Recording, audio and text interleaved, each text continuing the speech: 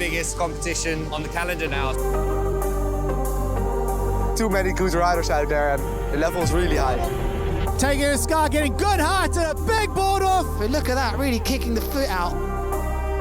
There's no room for any mistakes out there. Double mega loop board off, the first of the 2023 King of the Year. Raving about that one. Let's go.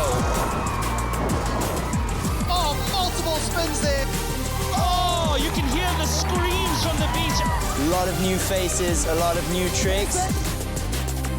Oh, losing the board. Oh, ooh, and a hard landing there. A double kite loop board off. This is going to be extreme. Oh, look at that. I don't believe he's landed that. Wow. What a move then. Oh my goodness, that was massive. That is absolutely insane. Oh my God, go massive.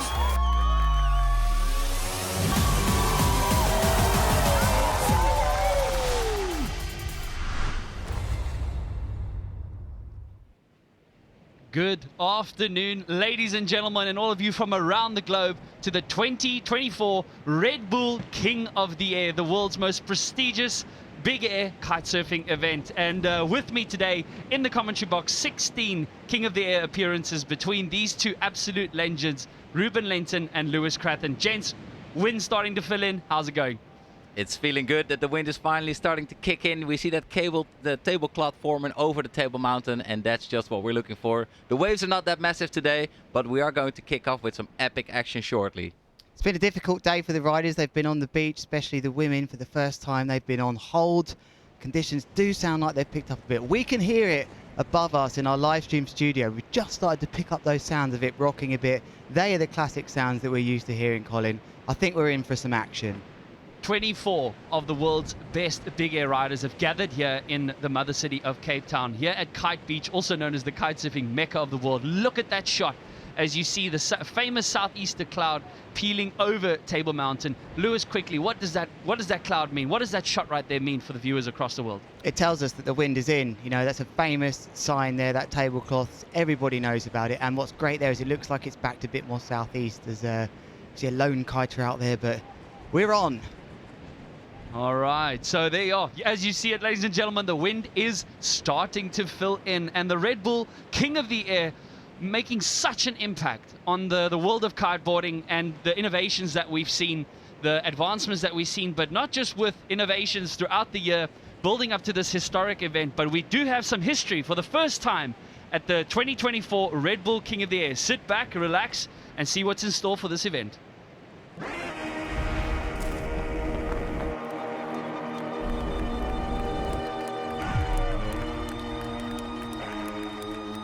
This year, Red Bull King of the Air reaches new heights with groundbreaking innovations that are shaping the future of big air kiteboarding. 3 riders here today automatically qualified based on top performances from last year. 13 others have earned their spots through a rigorous video submission process. Welcome to Red Bull King of the Air. King of the Air. These qualifying events, held across Europe, opened the door to fresh talent. In Tarifa, Spain, the fierce winds whipped through Balneario Beach. Brazilian standout Josué Zanpereira took off on the wild winds of Tarifa, capturing the attention of judges and spectators alike with his power and style. Denmark's cold Hawaii presented its own challenges. Dutch talent Jamie Oberberg conquered Denmark's challenging conditions, showcasing his mastery in some of Europe's toughest waters. That looked absolutely insane. These riders, along with the riders who were selected through the video entry process and the top 3 from last year, make up the fleet of 18 riders we will see here today. We're also proud to introduce a dedicated women's division. Big air icons like Angelique Bouillot and an impressive lineup of new faces are here to showcase their skill, style and altitude. Together, they're breaking new ground, proving that big air kiteboarding is a sport for everyone.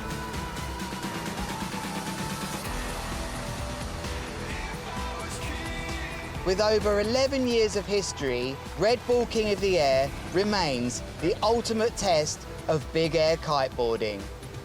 And this year, the event stands as a symbol of growth, innovation, and the unstoppable evolution of this incredible sport.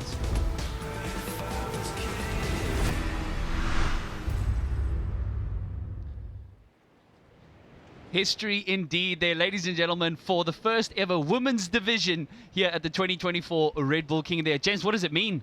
I mean, we've seen the ladies been pushing it over the past years. We've seen Angeli in the Red Bull King of the Air before, and now there's more ladies that are, or women that are actually ready to take it to the skies. Let's meet the incredible lineup of women riders. This year we're gonna have a Red Bull King of the Air women's division, and I'm so excited! My name is Zara Hogeraad. I'm 31 years old and I'm from the Netherlands. Hi, I'm Francesca Bailey. I'm 22 and I'm from the UK. Angeli Bouillon. I'm 36 and I came from France. Pippa van Iersel. I'm 25 and I'm from the Netherlands. I'm looking at you. Okay. Jasmine Cho. I am from the United States and I'm 33 years old. Natalie Lambrecht. I'm half Swedish, half Flemish, but I'm representing the Swedish flag and I'm 26 years old. I love big air kitesurfing because it just gives me this indescribable feelings in my belly when I go to the beach. I'm not sure if I like it or if I'm really scared, but the combination is still amazing. Big air is completely exhilarating. It has this fear factor that you have to overcome, and it's something that we all get addicted to. When I'm doing big air, it's like in the back of your mind, you know, like the risks. So you just try to keep, okay, focus on the now. It's so much freedom, you go sky high, get so much adrenaline. It's just a freaking good feeling. I'm married to a South African and I kite here a lot. I consider Bloberg to be my home spot. When the wind comes, it pumps. What I love about kitesurfing here in Cape Town is for sure the kickers. It gives you that extra boost and height. You go so high in combination with the kickers, and then to have the table mountain in the back, it's like you don't have it anywhere else in the world. This location for me is really special because it's kind of my first place where I learned to like kite loop. So like I really like this spot. It's one of my favorite spots in the world. I started kitesurfing when I was 12. I was trying to convince my parents, I was trying to convince, especially my grandma. She was like, no, you're so small, what are you gonna do? You're gonna fly away. From my bedroom window, I could already see like always the kiters, and the kiters were jumping high, and that's what I want to do. When everyone wants to sit inside, I love to go outside and chase the wind. I've always dreamed about being on the biggest stage in kiteboarding, which is the Red Bull King of the Air. I get goosebumps just thinking about it. I'm doing this for the 12-year-old me who didn't believe that she could do this and live off her dream, and also to inspire the next generation of women. And I think it's not only a win for myself, but it's like a huge win for women kiteboarding.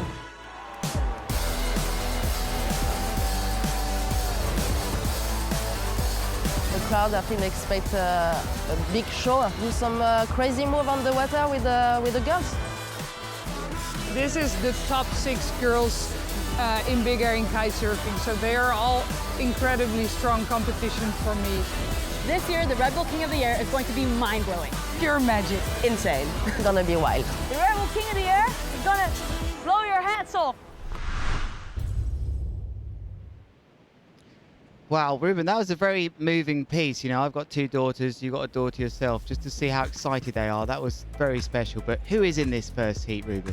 I mean, it's immediately a banger of a heat, I'd say, with Jasmine Cho, no stranger to big air performances and competitions. Then we got Francesca Maini and Angeli Bouillon, who has been riding in the Red Bull King of the Air in the men's open division, actually, before. And she can actually send it sometimes even bigger than the boys. So She made her debut back in 2021 here at Kite Beach, entering in, like you said, the open division, storming it and really letting rip with her famous mega loop late back roll. Francesca Maini, the current vice big air world champion, having narrowly lost out in the dying seconds to Zara Hogeraad, who will be up in the next heat. So she was bummed about that, but super stoked to be here. She says this specific destination, Kite Beach, is her favorite in big air kiteboarding.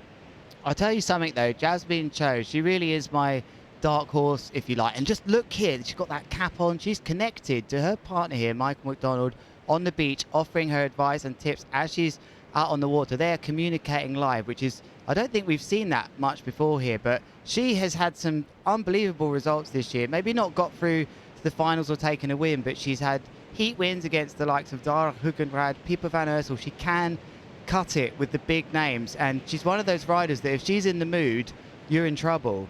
100%, and I haven't seen somebody in touch with their coach like that, with an actual communication device on her head, just to get real-time advice from her coach to see what kind of strategy she needs to go for and how she's measuring up against her competitors. And her husband, Mike McDonald, was actually supposed to be competing in the King of the Air back in 2021. And he, unfortunately, in a seeding event, he bombed out with a knee injury. But he is here in a different capacity, helping her out. And there goes the buzzer. The first heat of the 2024 Red Bull King of the Air is underway. As you see, Francesca Maini heading out there. Doesn't fancy it. Doesn't fancy it. Lot of bump. Yeah, didn't fancy it here. She's a very experienced rider, great all-round rider as well, racer, everything else. But it looks like a double back roll mega loop to open her account. Just coming back round toe side for Buyol. To me, that just showed me I think there's enough wind there. There's a bit of a wave of the finger there from Angelique Buyol. What did that mean? But meanwhile, Jasmine's thinking about sending it, but that wave just closing out. Ruben, the waves are tough today. 100%. I was just going to talk about the water conditions, the wave conditions today. Usually we're aiming for some big kickers, some big waves that we're used to from the kite beach conditions. But today, it's a little bit more choppy and a little bit harder to spot your takeoff. And here we see a nice kite loop laid back roll from Francesca Maini, who is in the white lycra. You can see the women, they're wearing a competition rash vest with a color corresponding to the top left that you can see. Angeli is in the blue, Francesca is in the white, and Jasmine, she's in the purple. Keeping that British flag raised, as Aaron Hadlow, as we said, who's not in the Open this year. He's not done yet, but he's not this year, but it's always been raised, the likes of Aaron Hadlow in the event. Ollie Sweeney back in the day, myself, Sam Light, of course. Don't have loads at home, we somehow keep some appearance, but thanks to Francesca Maini, we have that flag raised. Ruben, you never worry about the Dutch flag. You've got so many riders in this thing. Definitely one of the most dominant nations. If it ain't Dutch, it ain't much. Exactly. There we go. How this actually works, we have a 13-minute heat in this first round in the women's division. And we just saw Angeli racking up a score on the board. And actually their top 3 highest scoring tricks will count, accompanied with an overall impression score given at the end of every heat. And they're really going to give it their all, because if you end up at the highest score rider in your first heat, you're going to go straight to round number 3, or straight to the final, actually. It's a one-way ticket to the podium, baby. And the second place in each heat are going to get a second chance in round number 2. And unfortunately, in the women's division, if you get third, last in your first heat, then you're eliminated from the event. Francesca Maini heading out, left foot forward towards the iconic Robben Island, brings her kite up. Boogie loop. Nice smooth boogie loop there, just to keep the points rolling on. She had to fight for that at the end there. Yeah. There was a strange little gust or lull there. What a great shot. We've never shown you this shot before. This is new at the 2024 Red Bull King of the Air. Lovely. Whoa. Jasmine Cho, that's a biggie. It's a boogie on the way out. Oh. She's going to get priority from the judges there. Great moment there. We've stayed with Angelique Buyol, but the official rule is that the first person to take off gets eyes on from the judges. So I think that Jasmine Cho will benefit from that. Angelique could clearly see her there. That was amazing to see that on that boat shot right there out the back. What a moment already, guys. So, Lewis, on that note, what do you mean by the judges will keep their eyes on Jasmine and not Angelique? How does that rule work? They won't swap. First person in the air gets the eyes on the judges. All the riders are told that, so that's the way it works. Unfortunately, it looked like a big move from Angelique as well, but they would have been focusing purely on Jasmine there. So back in layman terms, basically, if I do my jump... Oh, there goes Francesca with a nice kite loop board off. Woo, first one. Ooh, yeah. Landing it clean. Oh. But yeah, we've got 5 expert judges sitting in the judging tower, looking closely at all the action and giving their score for each trick. And there's also 3 trick callers, so that they can actually really know what's going on and which tricks are being landed. And of course, we're here at the Red Bull King of the Air with the best big air kite service in the world. And it's all about height and extremity. Colin, 7.24 coming in then for Francesca. I'm presuming that's the kite loop board off. Still waiting for that 5.94 from Jasmine there as well. And actually you can see the scores on the screens there. They're out of 10. So it is a maximum out of 40 that they can score. Of course, bear in mind that after their 3 best tricks, they have out of 10 for their impression score. We're on board with Jasmine Cho, I believe. And so unlike the open division where round 1, whether you lose in round 1, you do have another chance. In this case, only number 1 and 2 will still remain in this event. But back to Angelique Bouillot with a board off mega loop. Nicely done, nice and powerful. That should score big. Booyah! That was good. That was nicely performed. The judges are gonna love that. It was super clean. And yeah, the stronger the wind, the higher the kiters can jump. So we're always hoping for the wind to increase. And yeah, then what makes a trick actually extreme, Lewis? Height and getting that kite nice and low. We want to see that kite coming round in the kite loop, 360 degrees that is, with your hand pulling hard. We want to see that kite low, and if you can perform some sort of technical variety, either that be a rotation or taking the board off, or both perhaps, Ruben, you're going to start to get more scores. Just going back to what I saw from Jasmine there, she went for a straight kite loop, didn't score loads. I wonder if Michael McDonald's in her ear there saying, just get your 3rd trick in, don't go crazy just yet, there's 7 minutes and a half left. I think that was the advice he would have given. Just to basically knock off any combination situation as soon as possible. But the scores that you see on your upper left-hand side of the screen are out of 10. So there you can see Francesca Meini in first place with the highest trick score of 7.6. That is out of 10. But here we have a quick replay of Francesca going up, backhand, pulling on the bar, taking the board off her feet, mid-kite loop. The judges have been very critical of that and saying you've got to take the board off through the loop as the kite rotates through. If you're going to do it before or after, not going to score as much. Good point. And we see the riders throwing a lot of combinations during these loops. A loop already produces so much power, especially if you get that kite nice and low. And yeah, doing a rotation combined with the board off like Angelique is doing there is very tricky and very rewarding for the judges. Might have been a board spin then, Ruben, with a kite loop as well. I think I just glimpsed that. We missed that.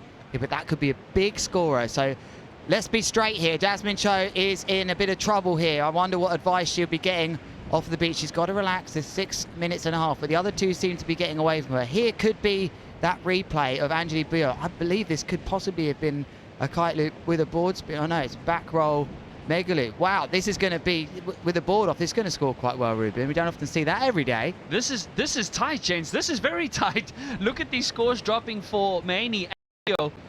Jasmine, like you said, in a little bit of trouble. She's still got some time, and we know she's got the talent.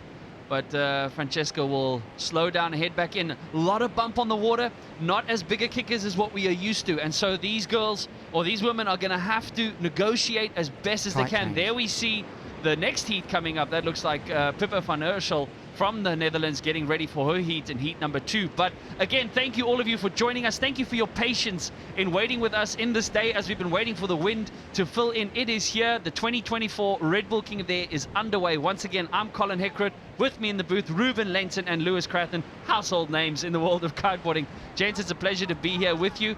And 2 7-point tricks or dropping already from Meini. She's showing exactly why she's the vice world champion. 100%, and these riders are trying to build up as much speed, looking far ahead on the water, and then aiming for a perfect takeoff spot, preferably a nice kicker, so they can launch themselves into the sky and perform their most extreme tricks. Could be coming right foot forwards here then, Francesca Meini. She's about that time. We've lost her. We've gone to Angelique Bouillot, but I was wondering, Bouillot goes right foot forwards with a switch boogie loop, attempted to grab the board. Bit out of sorts, but for me, she's looking at working her impression score now. She's happy with her highest scores so far. She might want to look to replace them soon, but first to go right foot forwards to me. And that shows the judges that they can perform moves in both directions. And the overall impression score, which is given at the end of the heat, is also up to 10, right? So it can be a 40 points heat, right? Yeah, this is true. We've missed that one then from Meini. Yes, out of 40. Out of 30 for their 3 best tricks on your screen. That's the score. You can see their totals there, but then they get this extra 10 at the end. There's this sort of extra element of the unknown. And it's always this, a bit of suspense at the end of each heat because the script can flip between first and second. As we see Angelique, double back roll, late back roll there at the end, mega loop.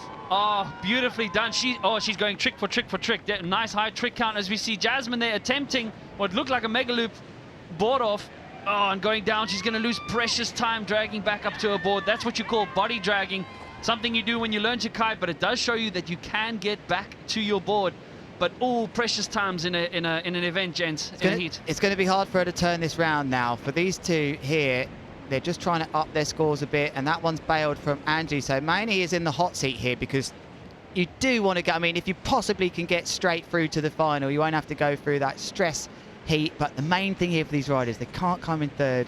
Jasmine's in trouble, Ruben. Yes, Francesca's. Ooh. That's what happens sometimes. So you just get tripped off your edge by the wave, and you can't keep your balance. And that's why sometimes also when the riders are aiming for a trick, ready to take off, sometimes it's better to abort it, because if you take off and you get thrown off balance, it's not ideal. We've seen some nice crashes in this heat already, and it's definitely part of the game.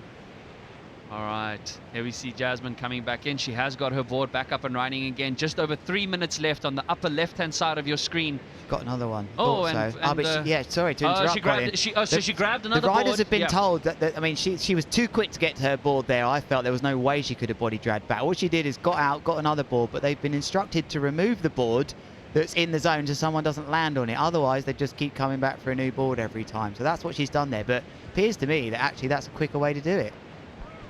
Oh, there goes Jasmine. Oh, kite loop back roll, not really sticking it, not keeping it together. She was not in the flow from the start. The pressure's on, and here comes the wing being told. That was on our minds, let's be honest, subconsciously. All of us in here saw that wing on a downwinder, and he's happened to forget that it's the biggest day in the year of the calendar of extreme big air kiteboarding here in Cape Town at the famous Kite Beach. There is the backdrop with this new shot facing towards the beach. We're looking towards the east, I would say, there, as coming right foot forwards now. The pressure is on for Jasmine, but who can take this heat? There's not much separating the others. 1.5 separating the top. Easily could change with the impression score. Maney heading out, left foot forward, picking up a little bit of speed. Nope, she's going to hit on the brakes and head back in. Very challenging in these conditions, but it's about who can adapt best. And these women, wow, again, a first ever here at the Red Bull King of the Air, the 12th installment of the King of the Air since it's found its way back into the world of kiteboarding in 2013, when Jessie Richmond claimed that inaugural crown in the open division. As you see, Francesca Maney, she needed Jasmine. that. Sorry, Jasmine, oh, she needed that. Yes, unfortunately. Not getting the height. No, not getting the height. Her takeoff was not properly, and she couldn't keep it together for a nice back roll. Kite loop board off, and unfortunately crashing again. And I think it also comes down to competing, right? Keeping your head cool is a game on its own. You can say, yeah, you're just competing against yourself, but there is a clock running. There's people watching. The ocean is moving. The wind is invisible. You have to feel and time the right gusts. So it is quite a hectic puzzle where all the pieces will have to come together. And yeah, keeping your head cool is one of the main ingredients here. And obviously, psychologically, Ruben, you remember from round one where you knew you could compete again, even if you lost that. Whereas here, the third place finisher is eliminated from the contest altogether. How big is that psychology? Well, I mean, it's different for everyone, right? How much stress do you put on yourself, and how confident are you with your tricks? But even little bumps, you can perform your tricks good, but even little bumps on the landing can just throw you off and mess up your whole score. So it is a bit of a tricky game. These two started right out the blocks very powerfully, Maney and Buyol, with their experience. They put it right on Jasmine at the start. Unfortunately, she crashed a bit, and that's why it's been tough to come back in this thing. But this is not over yet, I think, definitely for the top two. And 8.11 needed from Buyol just to sort of be evens on points with the three best tricks, that is. But we have to remind you, there's an extra score coming in out of 10 at the end of this for impression. This is that moment in the heat, Ruben. You've been there, we've all been there in competition where it's like, I need to do something now. Last 10 seconds, what are we going to see? Yes, that overall impression score, it comes into the variety of tricks that you throw. If you unhook, if you do board offs, if you do loop both ways, the execution of your overall tricks, the flow of your heat, and just the show that you put on. But that was the end of this heat. We got a 3 transition time before kicking off heat number 2 of round 1 of the women's division here at the Red Bull King of the Air 2024 in beautiful Cape Town. No, wow. History being made there as we complete the first heat of the women's division.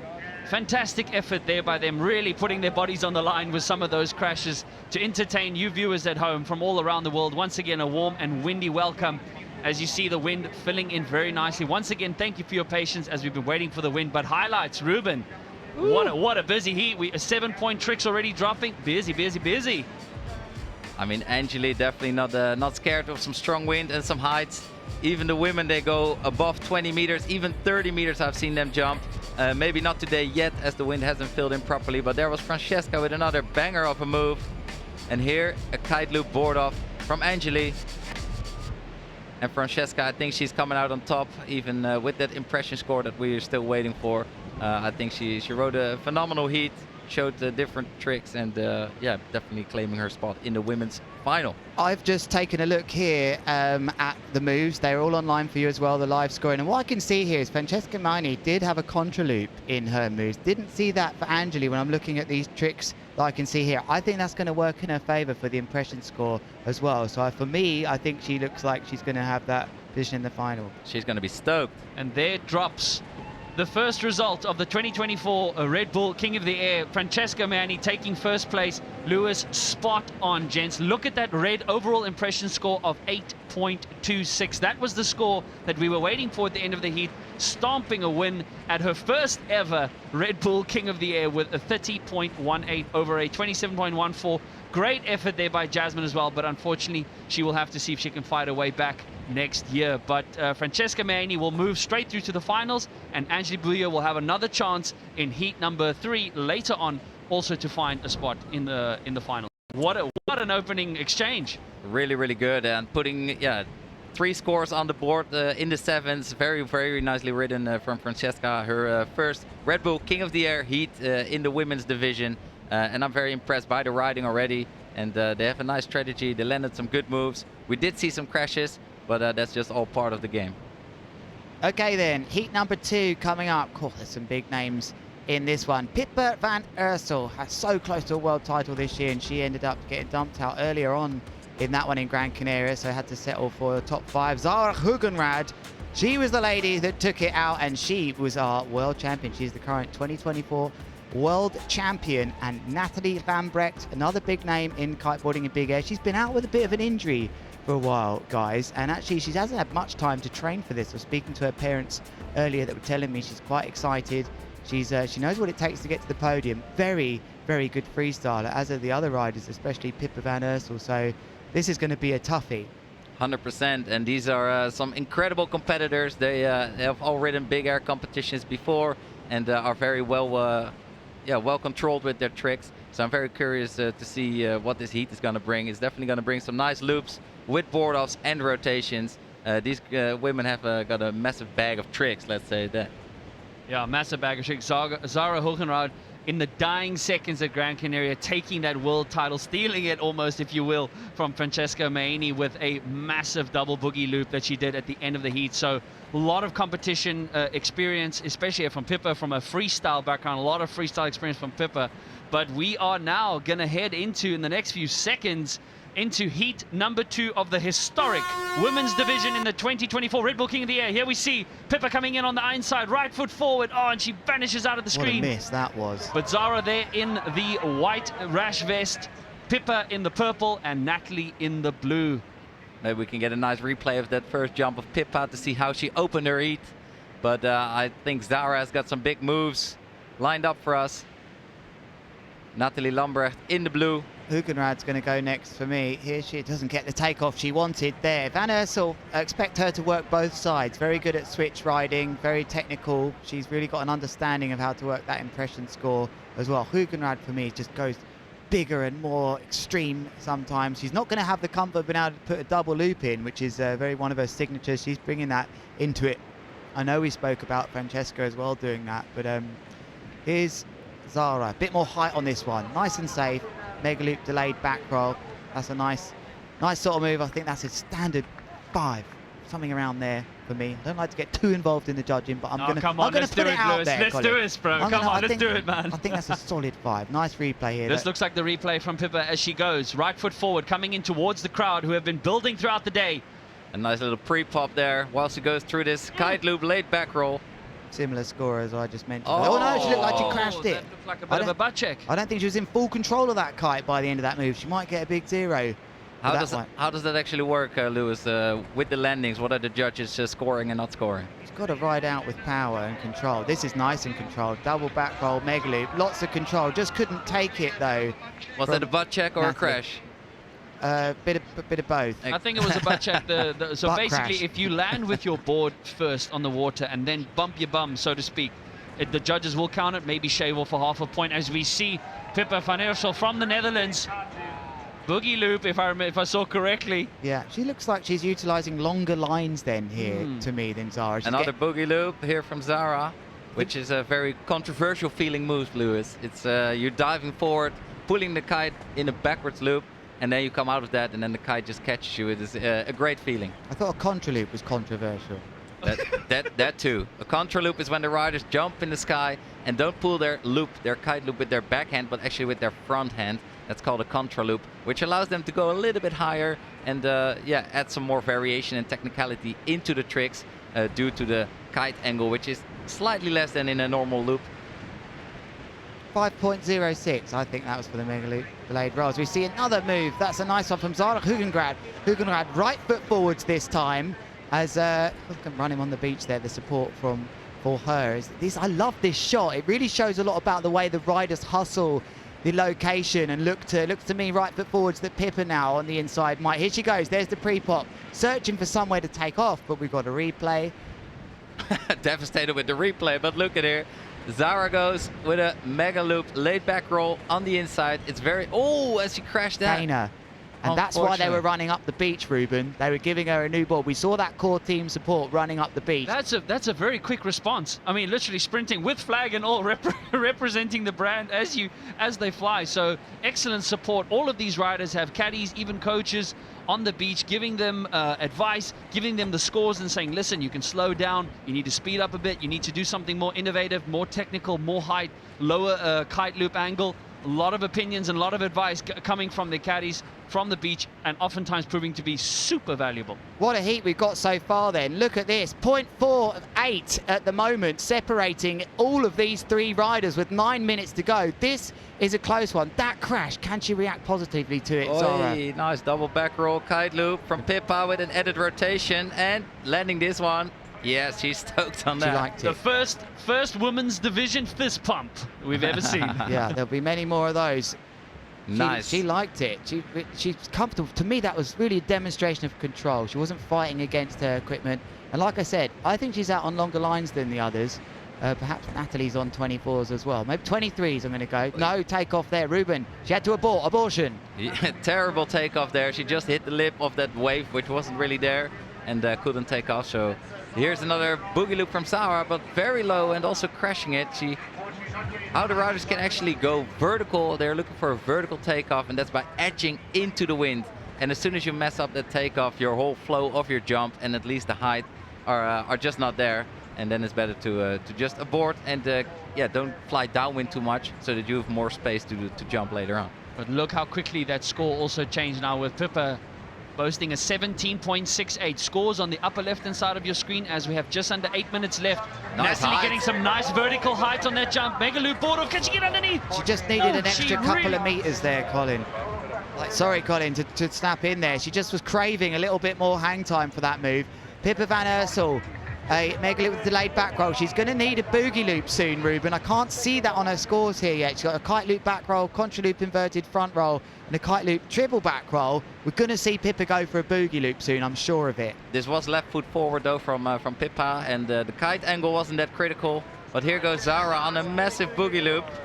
Oh, that kite stalled almost for a bit there, Ruben. I love that. That took me way back years ago where the kites used to hit the power and stop. I think the judges are really going to like that. The judges love a bit of power. And what does power actually mean? I mean, the lower you can get your kite throughout the loop, the more risky it is for the kite to catch you on time, and that's what the judges really love. And also the distance you cover, the yank, the power the kite produces during a loop is what the judges are very looking for and loving and rewarding.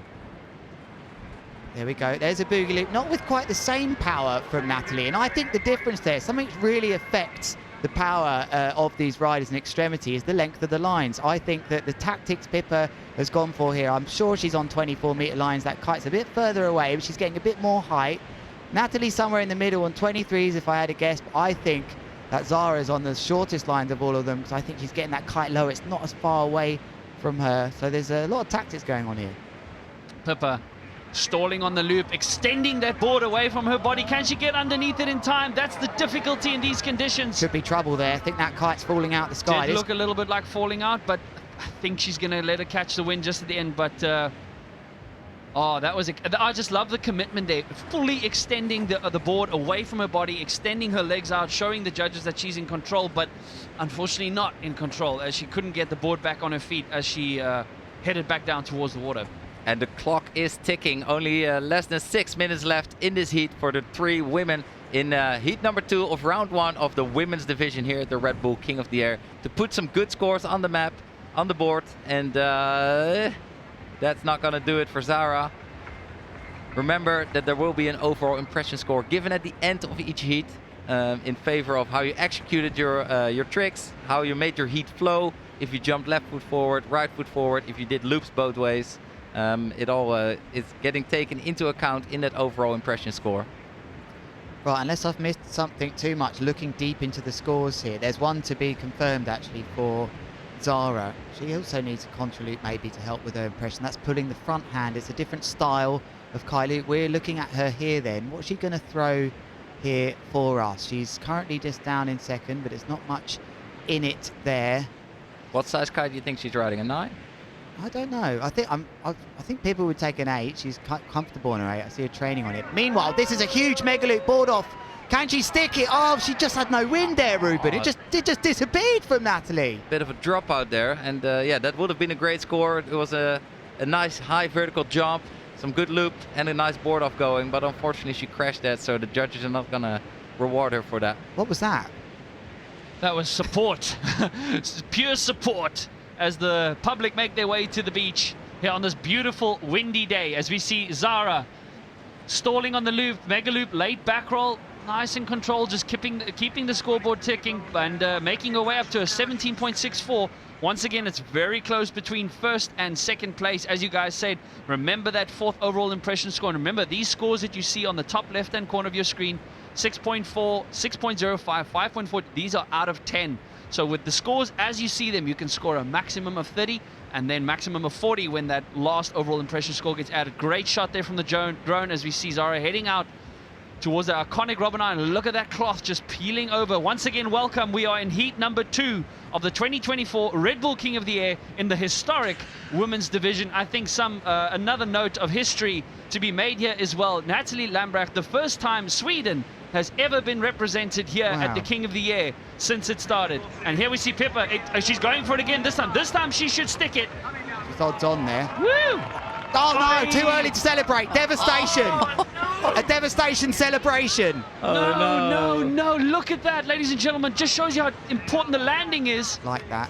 And that's what you get for claiming your tricks, I guess. I mean, you can be stoked to celebrate, but just do it at the right time, not when a chop is just under your board. I like this move here from Zara though. She's gone in with a back roll mega loop. She's got to try and get some scores on how she wants to advance. The current world champion, I feel like she's got a boogie loop up her sleeve, or a contra loop, sorry, but unbelievable. Van Ursel looked like she had it. Oh, there goes Zara. Oh, she wanted to go for the kite loop board off, but didn't quite reach for the board.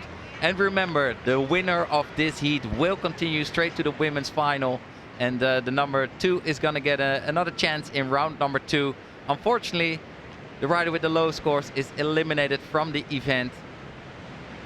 But this is the first time that we have the women's division at the Red Bull King of the Air here in Cape Town. Absolutely amazing to see these women push extreme big air kiteboarding to the next level. If Natalie can land that mega loop board off here, she's going to be right in the mix. She's got to stay calm and believe she can land that. Here she goes, flying left foot forwards now. Big moment in this second heat. It's a decent take. That's a nice boogie board off. Come on, can she stick it? Oh, bomb out. That wave came out of nowhere. Another bomb out on the inside for Van Ursel. The pressure is getting to these riders here. There's 2 minutes left, Ruben, and I think they can tell it's close. Natalie just desperately needs that bigger score in.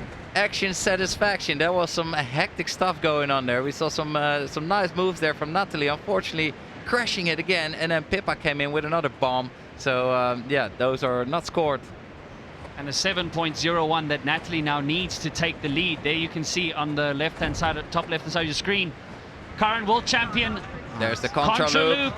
Oh, front roll contra loop. And that's why she's a world champion. Unbelievable landing on the tail. You just can't get away with that. There was hardly any rail on her board to stick that landing, and she did it. What athleticism and skill and balance there from the current world champion here, making her mark on the women's division of the 2024 Red Bull King of the Air.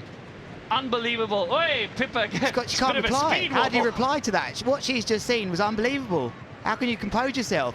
Here goes Natalie Lambrecht. I wonder if there'll be an issue with that board. I think the jet ski got it. She's gone again for the boogie board off, but that has just rocked this heat. That really has got into the heads of the other riders here. As 1 minute to go here, it must be getting windy in here because the soundproofing's landing on Colin's head. And look at the score that Zara was getting for that contra loop, and I also think it will add to her overall impression score, which will be given at the end of the heat. We've got 30 seconds left in the second heat of round 1 in the women's division here. And Zara unfortunately crashing that kite loop board off. Opens the door for Van Ursel to get one more move in here. Here is. As you said it, Lewis, you called it. Spinned it. And again, third time crash for her, struggling with the landing. You can see a lot of bump in the water. Kickers in between as she drops her kite towards Robin Island. She should get it back up. There looks like there's enough tension, but we have 2 women down now. Body drag. Look at the spray from Pippa's kite, spraying all over Zara there. Wow, very exciting, gents. Very close scores here at the end of the heat with Zara and Pippa and Natalie Lambrecht. I think them two are going to be safe, Hugenrad and Van Ursel. Unfortunately for Natalie, she just couldn't quite get it together. But the move for Pippa was that boogie loop that isn't on her score here. She didn't get one of those in, and I think the live impression is going to go the way of Zara Hugenrad, looking at her selection of moves. Started very well, did Pippa, but she couldn't quite get that boogie loop landing. Maybe it's a bit tougher, right foot forwards on the inside, not as predictable. But here we see some nice replays. Mega loop late back roll. Yeah, mega loop late back roll with a... Yeah, that was a pretty solid butt check. But here we see Natalie double back roll, mega loop. And again, a first ever appearance for Sweden at the King of the Air ever. History upon history this year. Nice boogie loop here by Zara, landing that one. We did see a bunch of crashes, but there were also definitely some tricks landed. Yeah, and if you compare the scores with heat number 1 from the women, they were into the 20s, and Zara got an 18 here. But we are still waiting for the overall impression score, which will be added on top. Ooh, look at that score coming in short with the overall impression score.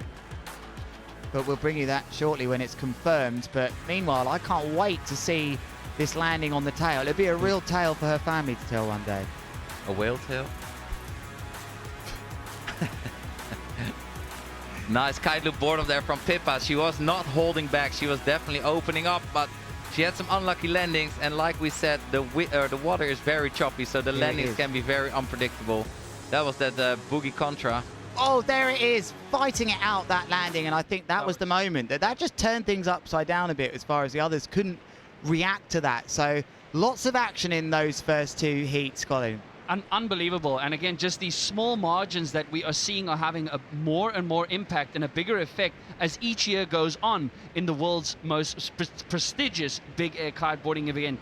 Wow, wow, wow, wow. Heat number 2 done and dusted and the scores are taking their time to come in, indicating that the judges are taking their time. We have highly experienced judges in the tower. 5 of them. Woo, 5 of them. With 3 trick callers who are standing behind them, so they make sure they not miss any trick. Good trick callers, again, playing a vital role because it gets super busy. Have you seen just busy, busy, busy? So a lot of times it's difficult to keep, for one person to keep an eye on everything. But here at the Red Bull King of the Air, we cater for all of it. What a shot there, as you see. And again, once again, a warm welcome to all of you from around the world joining us for the 2024 Red Bull King of the Air, coming to you live from the beautiful city of Cape Town, one of the most popular tourist destinations in the world. Look at the crowds gathering in there. Like we've said in the past, a bit of a football stadium atmosphere with people battling through the wind, the cold water if they're standing in the water, the sand. Oh, gents, remember the sand as it blows against you, it just gives you a good shave. But there we have a full scoring display of Pippa Van Ursel showing all the tricks that she did. But look at that, Lewis. 0, 0, 0, 0.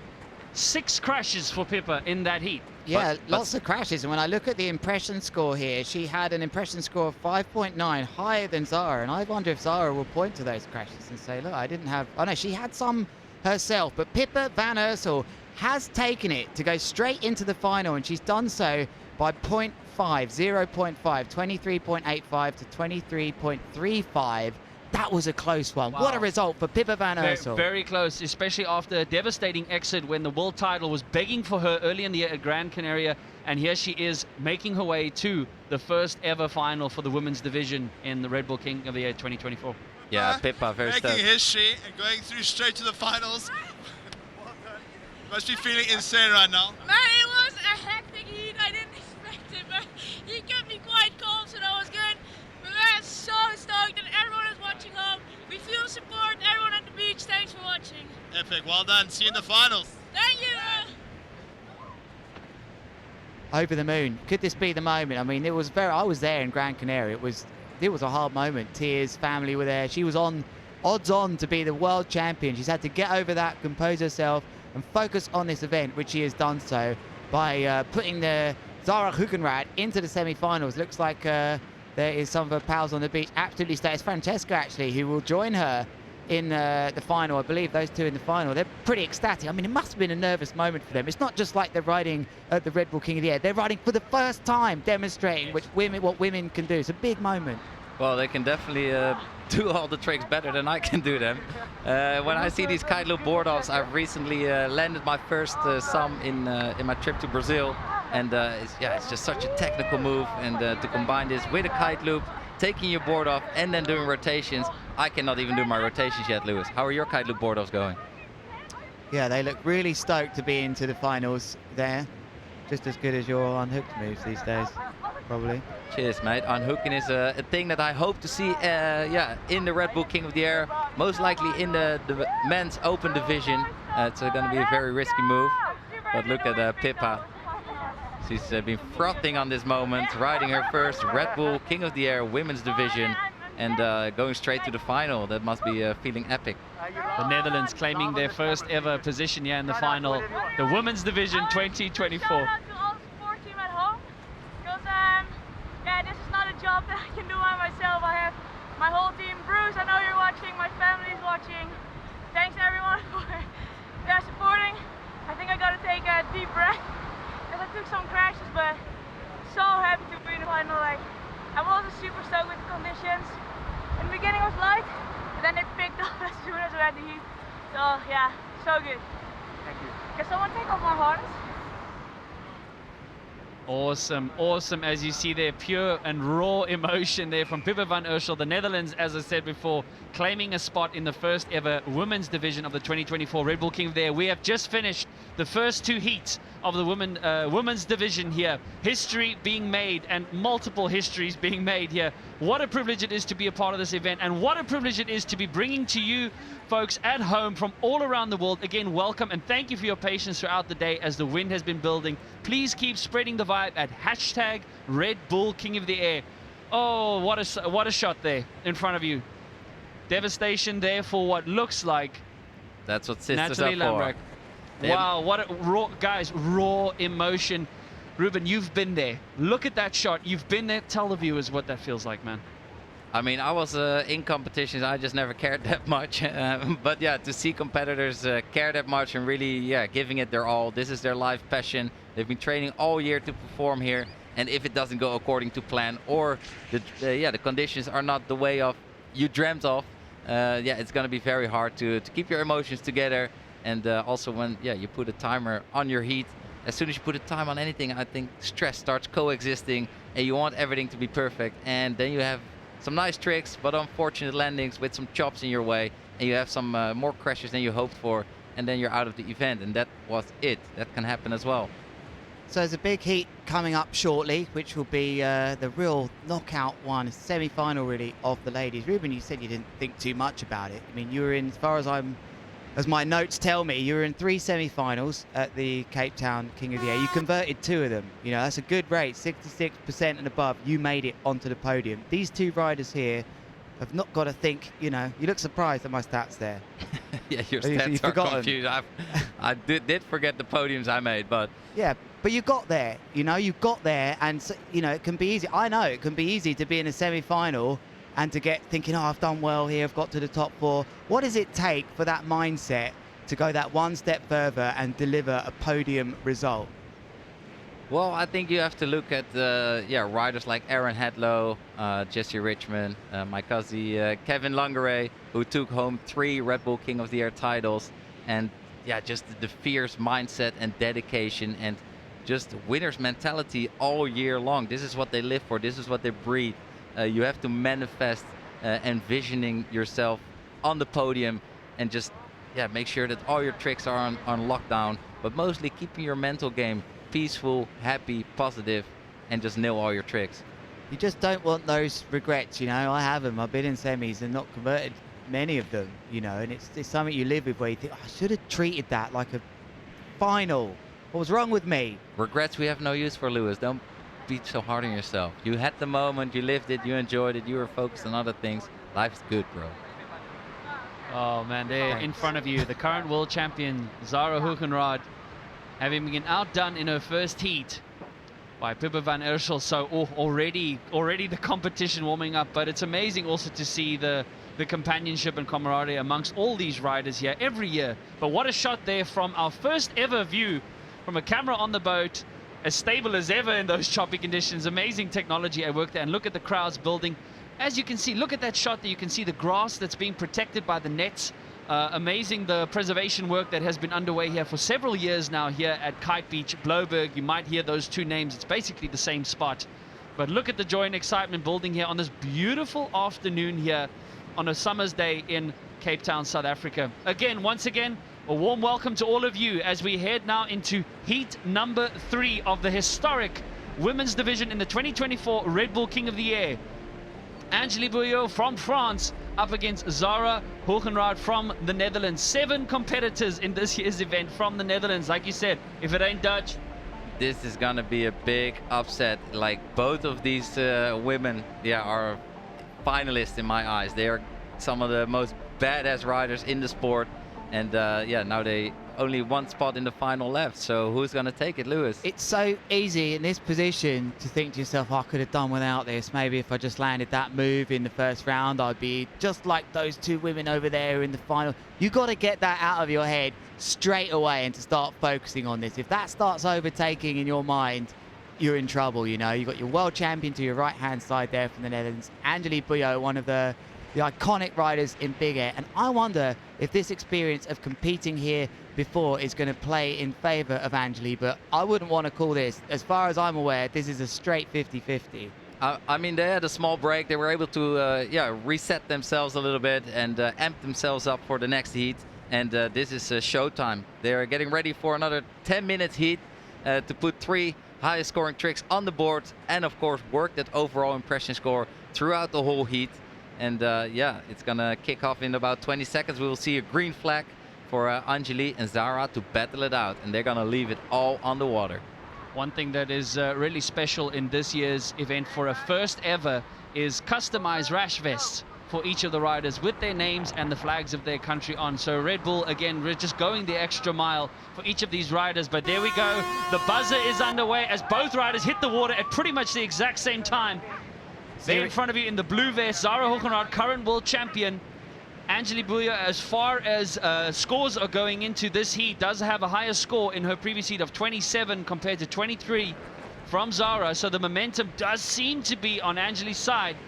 But as you said, Lewis, I couldn't agree more. 50-50. Two veterans and two well-experienced riders going head-to-head here in heat number 3. Two core riders here, then it's team core. That start I found really interesting. Zara's tried to send a message there. Downwind in front of her, went straight for that wave to send a message. Both of them turned down what was on offer here. But here's going to be our opening trick. So backcross bailed out there. The bar released. You saw that bar pushed away from Angelique, and she looked to me like she just wasn't happy with the takeoff. Probably a good decision if she wasn't feeling it, Ruben.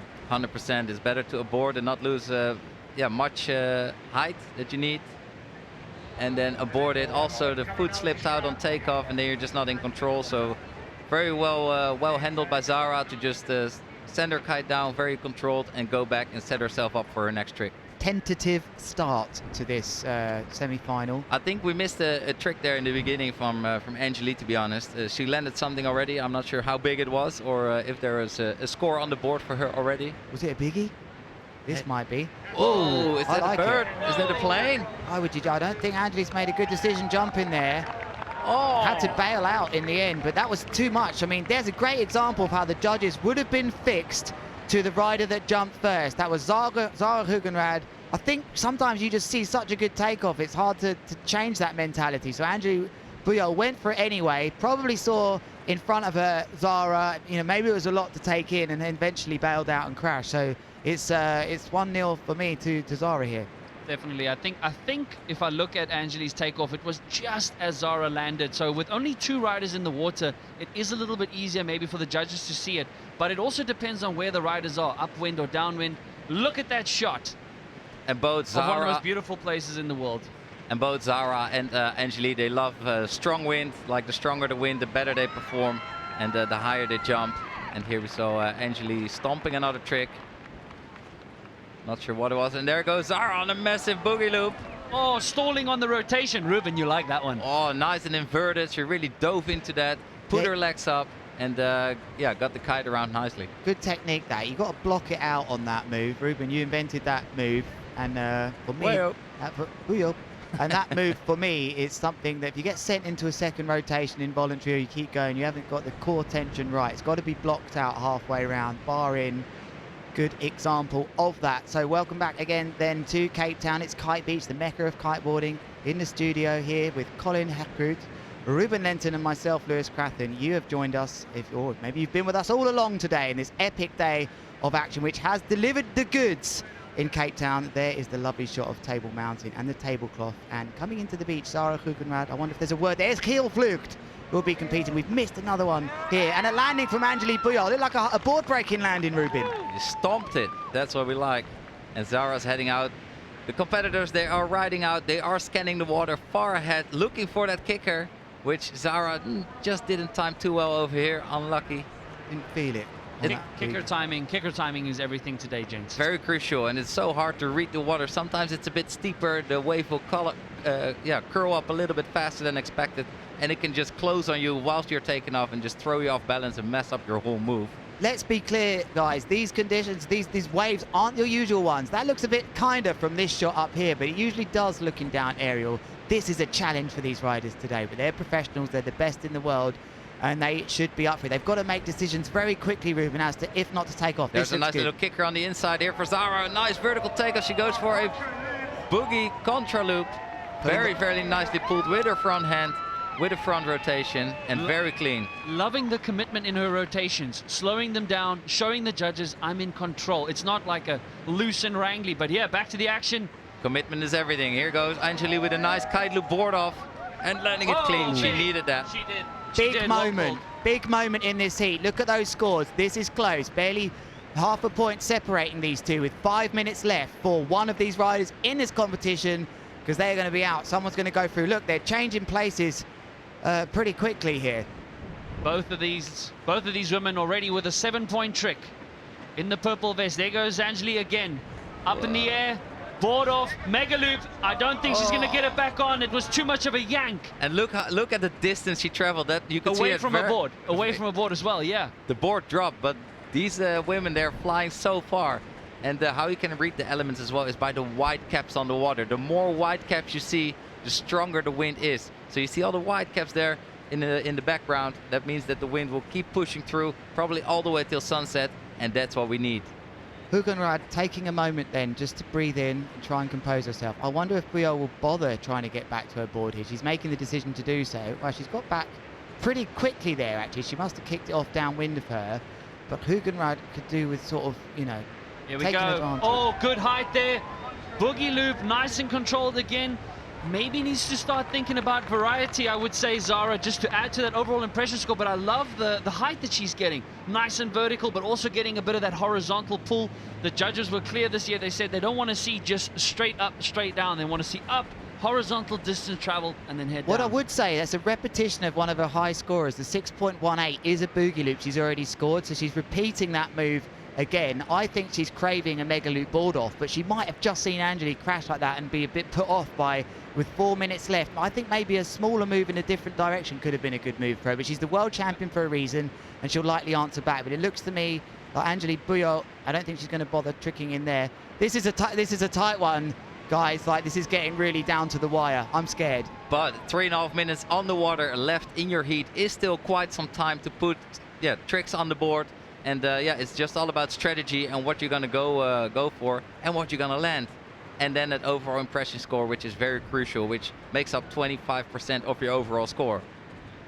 Angeli tacking her way upwind. These riders do have to perform the tricks within the competition areas. You see Zara this time going for the mega loop board off. Is it on? She's got it. Similar landing to the previous heat, sticking it. That could drop away the 6.18 in my opinion. That is now edging it for me, because these two had slightly different moves counting to sort of level out their impression score, being that Zara had she had a contra loop, whereas Angeli had the mega loop board off. Now Zara's got her feet out of the board. Maybe not as impressive for me as the mega loop board off or the kite loop board off from Angeli, but however, she'll be looking at that impression score and thinking, at the moment, I might be in favour, because this will get close. I'm sure Angeli will reply to this, but the pressure is now on her. A lot of white caps building there. If you look out, oh, there we go, a 7.62 from Zara Hogenraad from the Netherlands on that kite loop board off. Lewis, as you said, just adding and really jacking up that score. I think that score, that 7.6, might initially seem a bit high, but she had a lot of height. She had a lot of height on that one, and I think the judges have rewarded that. Angeli's in a place that I think she's been in before. It's a bit like this with her. She gets so close to making it to the big finals and taking. She has got to the finals, but can she compose herself? This would be a real test. What is she going for? Oh, kite loop, back roll board off. Feet didn't go in. Not having it. The feet just didn't go in nice and quick there. I think that she had to up it a little bit. She will get another chance for a big one, but the crashes have built up for her a little bit now. She's about 2.5 or 2.3 roughly down. It's for her to do now, and I wonder what Zara has been told. They would have been telling her on the beach, look at your scores. I'm trying to take a quick look through her scores now. Zara Hogenraad, boyfriend Kiel Vlucht, he'll be up first in the opens division. Zara, oh, bit of an awkward bounce of the look at her 1 foot coming out the board.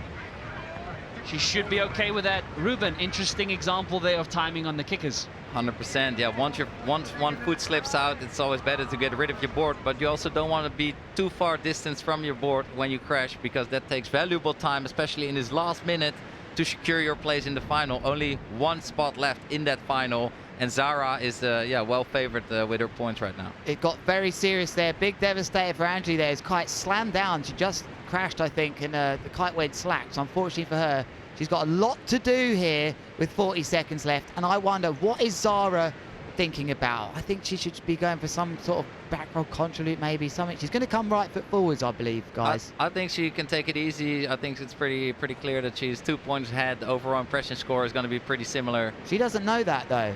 Yeah, of course. She does? She can feel it, that she landed some good moves, like she's chilling. She showed why she is the current world champion here, but still, nonetheless, world champion or not, this is the first ever women's division here at the 2024 Red Bull King of the Air. Thank you again for joining us as this heat winds down. One more banger. There we go. Boogie loop. Boogie loop, nice and smooth. She should land this. She's been excellent on her landings in both of these heats. To seal the deal, I think she just repeated another one. There is the end of the semi-final, and it looks to be curtains, unfortunately, for Angeli Bouillot. Wow, wow, wow. Raw excitement and emotion. Zara will be super stoked. Yeah, I think we can call it, gents. It looks like she is through to the first and her first Red Bull King of the Air final. What a shot there. Heading out towards the iconic Robert Island. Ruben, look at those. Look at that wind pulling in, bro. Doesn't that make you want to get out and kite? The wind is definitely pulling in, and that's what we're used to here at Kite Beach, Cape Town. Also known for the beautiful sunsets. It might gonna give us some glare on the lens, but yeah, the action will continue to build, and we're here for it. And here's a nice replay from the previous heat between Zara and Angeli. This was very exciting. Angeli there coming inside with a boogie loop, front foot, right foot forward. Nicely stomped. Nicely done there by her, but if the control extension, all the judges were probably like, yeah man, come on, score that girl, score. That was really, really nice. Back roll kite loop board off, and unfortunately not landing that one. And unfortunately, if you do look at the, again, just really committed Zara Hogenraad there with these rotations, the front rotations. But unfortunately, Angeli did have 4 crashes that were not in her favor, but this was not her first time there. In fact, I love that flag. It says, "We love Angeli." That's the second time we've seen that flag. Last time I saw that flag was in 2021. But there are the results as expected. Ooh. With a solid 30.04 from Zara Hugenrath, the current world champion, making her way through to her and the first ever women's division final. And look at that impressive impression score for Zara with a 7.96. Making her total score come to a 30, which is very, very good because, yeah, the highest you can score is 40 overall. And, yeah, with these conditions, absolutely great job by Zara Hugenrath for taking the win and securing her spot in the final to join Francesca and Pippa coming up later. Unfortunately for Angeli Buo, she's out of the Red Bull King of the Air 2024. But what a show. And she's really stepped it up there, guys. When I look at her score, 23.5 in that first heat. She's just upped it to a 30. Ever of the women's division. Oh my God, yeah. How are you feeling right now? I'm so stoked. I had such a bad heat because I lost my contact lens, so I couldn't see anything, and I thought I lost. I couldn't see the time and everything, but I'm so happy with this heat because I landed almost all my tricks. So really you actually also got the highest scoring trick of the event so far, a 7.62. Yeah, so well done for that. Thank you so much. Thank you. Are you ready for the finals? What's the mentality coming into the finals now? I'm really ready, but I really have to carry my boyfriend now because he's in the next heat. So. All the best. All the best. Go for it. I will Cheers. do you later, okay? Carl Ferreira, thanks so much for that excitement. Look at Zara now exchanging blow for blow as we will slowly make our way into the Opens division. Wow, that was super amazing. And there she grabs the phone. She's now going to exchange the favor to Gielvlucht, who will be up in the first heat of the Opens division. But raw emotion. Oh, and it is still raw for our competitor from Sweden, Natalie Lambrecht. But she can be proud. You can hold your head high. A great performance here at a historic first at the Red Bull King of the Air, but again, oh, a loss is tough to deal with, boys. I wonder if it just came a bit early for her. She's had the injury, she's been trying to come back. You know, we know firsthand that these riders have to be so committed in the training and preparation and riding all the time. It's a tough ask to come here after not much practice and go straight into like the biggest heats of your life. You know, it's a lot to deal with, Ruben. 100%. And I also want to give a big shout out to our sponsors of the event. We've got Maui Gym, Subaru, Nord, and Mystic. And I believe Mystic, our technical sponsor of the event, is also handing out a Mystic Most Extreme Move, which will be looked out for with the judges throughout the whole event. And that's going to be a big prize. Of course, we can't forget the City of Cape Town for this beautiful location and the support that they give us. There is Zara, who's keen to look at her scores here. She wants to find out what exactly was going on. You'll notice the watch that she's wearing as well there, Ruben, which will be telling her things like height. The metrics that come in there are unbelievable, Ruben. I think all I noticed was it's a right-hand watch. Was it? It's oh, everyone wears their watch on the right hand, right? That's that was become the vote quite we a had. thing here at Let's the not King of start the that Air. again.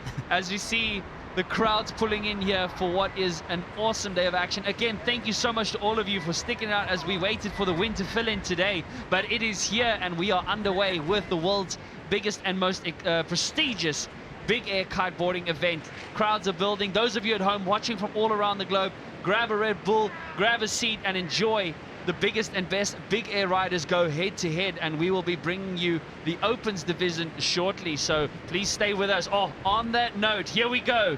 The Opens division for the 2024 Red Bull King of the Air, heat number 1 from the Netherlands. We will have Gielvlucht up against the Frenchman Clement Hugo. Clement back here for his second King of the Air after a few years out of action, and the rookie Zach Adams from the USA joining us for the first time. Heat number 2, Ruben, what we got? Of course, the magician, Jamie Overbeek himself, and Cohen van Dijk, powerhouse from the Netherlands, in Heat 2, completing Nathan Texier, and that's going to be a banger of a heat. In Heat number 3, we've got... We have, yeah, indeed, we have our 2022 Red Bull King of the Air champion, Lorenzo Casati from Italy, and last year's semi-finalist from South Africa, making his first semi-final last year, Jason van der Spey. Josh Gillett, a first appearance for him.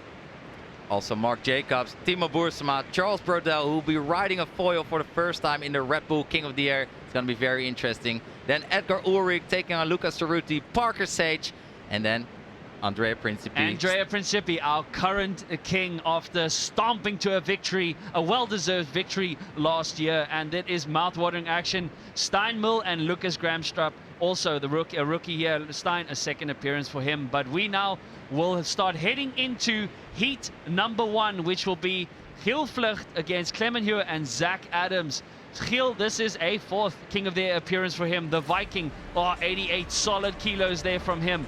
Gents, Clement, second appearance for him after a few years off. I want to say, this guy here has reshaped his career. He had a big crash at the Lords of Tram, attempting a triple loop some years back. He's gone off, trained, and he has come back as an unbelievable rider, Ruben. This guy has got my respect from his starting journey to getting to where he has now. But Zach Adams as well, from the United States, one of a few riders from the United States now, really pushing that flag. He's definitely going to be one to watch as well. On the United States, Lewis, Zach Adams and Parker Sage, number 4 and 5 USA competitors here in the King of the Air since it came back in 2013. So great to see the USA back in the mix after the last individual from USA being Jesse Richmond. So amazing to see them being represented back here. Zach Adams, also our youngest rider at only 16 years of age. I walk next to him though, he doesn't look 16, bro. That guy's he's a grown man. Look at his weight as well. He's way lighter than the other riders. Could be in his favor for this lighter wind stuff.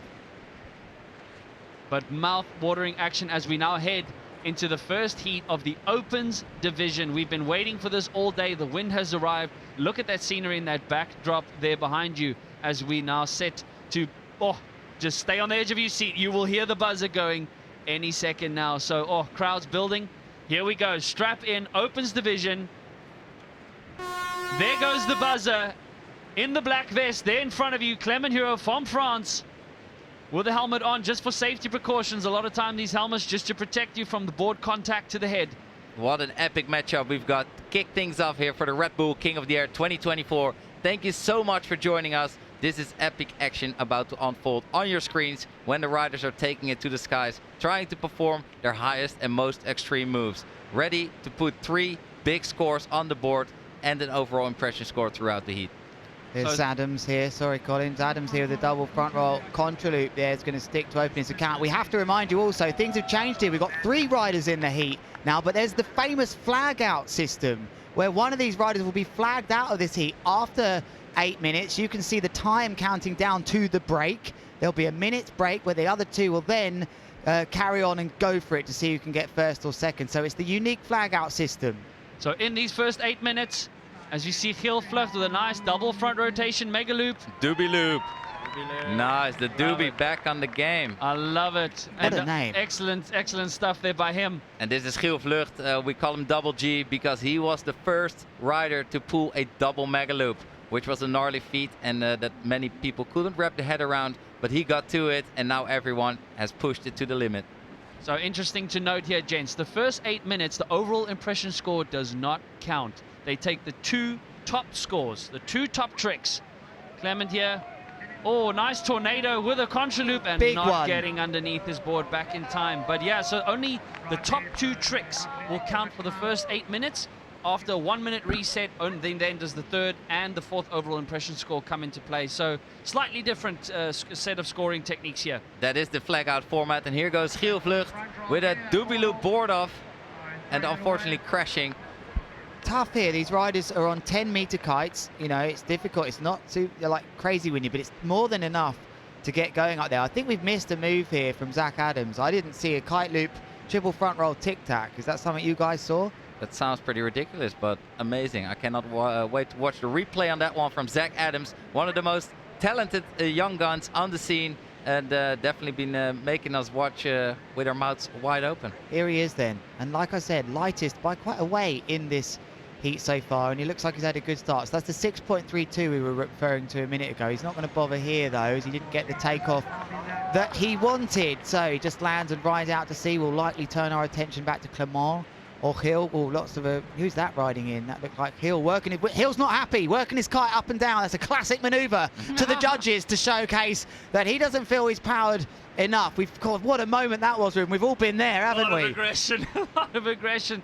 These guys are hunting for the biggest and best conditions. Of course, always hoping for more wind, bigger kickers. We always want more. These guys are hungry for the power. And here we see Clement going for a very low kite loop. Back roll just getting it round, and I wonder if the wind's pulled back just a little bit, but and I can't stop going on about this. There was a big weight difference here. Zach Adams, how old is he as well? He's very young. Is he 16? Very young, you know, like So this is a perfect start for him. The problem that Giel Vloeg's got is that there's 6.32 on the board already from Zach. He'll be wanting to continue, but there's that lovely shot of a cargo ship in the background as we look out west. But replay in the way of that move. But this could be the move that I've been searching for. Whoa! Whoa. The board spin. Very inverted. Yeah, he went super inverted on that back roll double kite loop. Technical. Sorry, double back roll kite loop board off. Was he very pointing inverted. at us there as well at the end? No, it was me, Lewis. He was pointing at me. Lucky you again. It's the South African local favorite, sorry. So we got 4 minutes to go until the flag out format will kick in, where one rider will get flagged out and he won't be eliminated from the event, but he will get another chance in round number 2. There in the front again, Zach Adams. Oh, that was a nice technical maneuver. They're currently in first place. Bit of an awkward takeoff from the kicker, but he makes it work with a board spin, double front rotation, board spin, mega loop. Oh, he'll be happy. Like you said, Lewis, the weight maybe making a bit of a difference in his favor, but here goes the Viking. Spots the kicker. In the Good blue timing. race car. Oh! Doobie board off. Doobie board Can he off. stick it? Another Yes, he rotation. can. Whoa, what a Oh, big. biggie. 3 forward rotations with a loop and a board off. That's Double G as we know him. Oh, there he goes. Clement, also one of the bigger riders, and he weighs 92 kilograms, so the light wind is definitely not in his favor, and he was not getting the height and time to put his board and stick that trick clean. He really sent that early, Ruben. He didn't get to the apex of his jump there. He didn't get as nice a kicker as Giel. Too soon for you. Well, the thing is, you send your kite a bit early, you get it lower, but you've got to get up there first. So Giel Vloeg probably about to drop a big score here for that triple front roll with a board off as well and a loop. But this one, 2 minutes and 30. Remember, it's just their top 2 highest trick scores so far, as we see a much better move there from Clement. As the kite, he's got it. That's a bit better. He recovered nicely from that after crashing on the same attempt. That kite just was so a few moments fast. before. Sorry, that kite was so fast through the window. He's flying the Harlem there. He's up against a slingshot and the core. And that's going to be a bailout from Zach. He seems to be tricking all the time. He really gets quickly back in position to Zach Adams. He can't turn over his shoulder here because Giel Vloeg from the Netherlands is taking off. And it's another big move from him. Has he done that already? Bang. Oh, but that did look a little bit higher than the previous one. So the judges are looking for height, extremity, and technicality. When you take the board off, you want to be taking the board off during the loop as the kite is being looped through the power zone.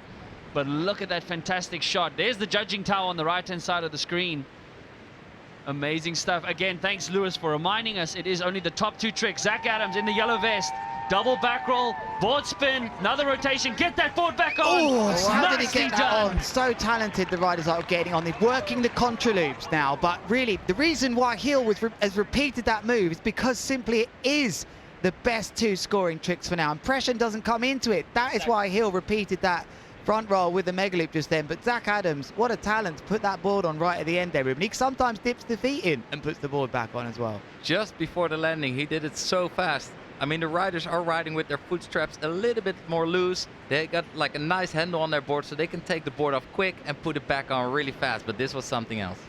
And once the second portion of the heat kicks in, oh, there, nice little catch of Clement. Aye! Forcing it now. He's really feeling the pressure. He should not have clipped those toenails.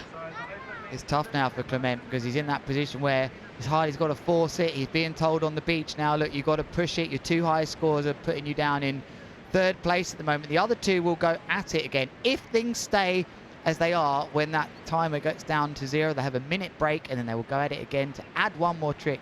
Probably already got 1 more on the board, but here we go. 30 seconds. Nice delay. Late back roll, board off. Mega loop. Oh, that's going to score big. Very nice. Considering the conditions, the kite angle, the height that he got. Ruben, give me a score. Come on, bro. Give me a score. Bro, I'm not so good with numbers, man. Something within 0 to 10. Do you know those numbers? But yeah, I don't think it's going to score bigger than he has on the board already. Agree. And the overall impressive score doesn't count.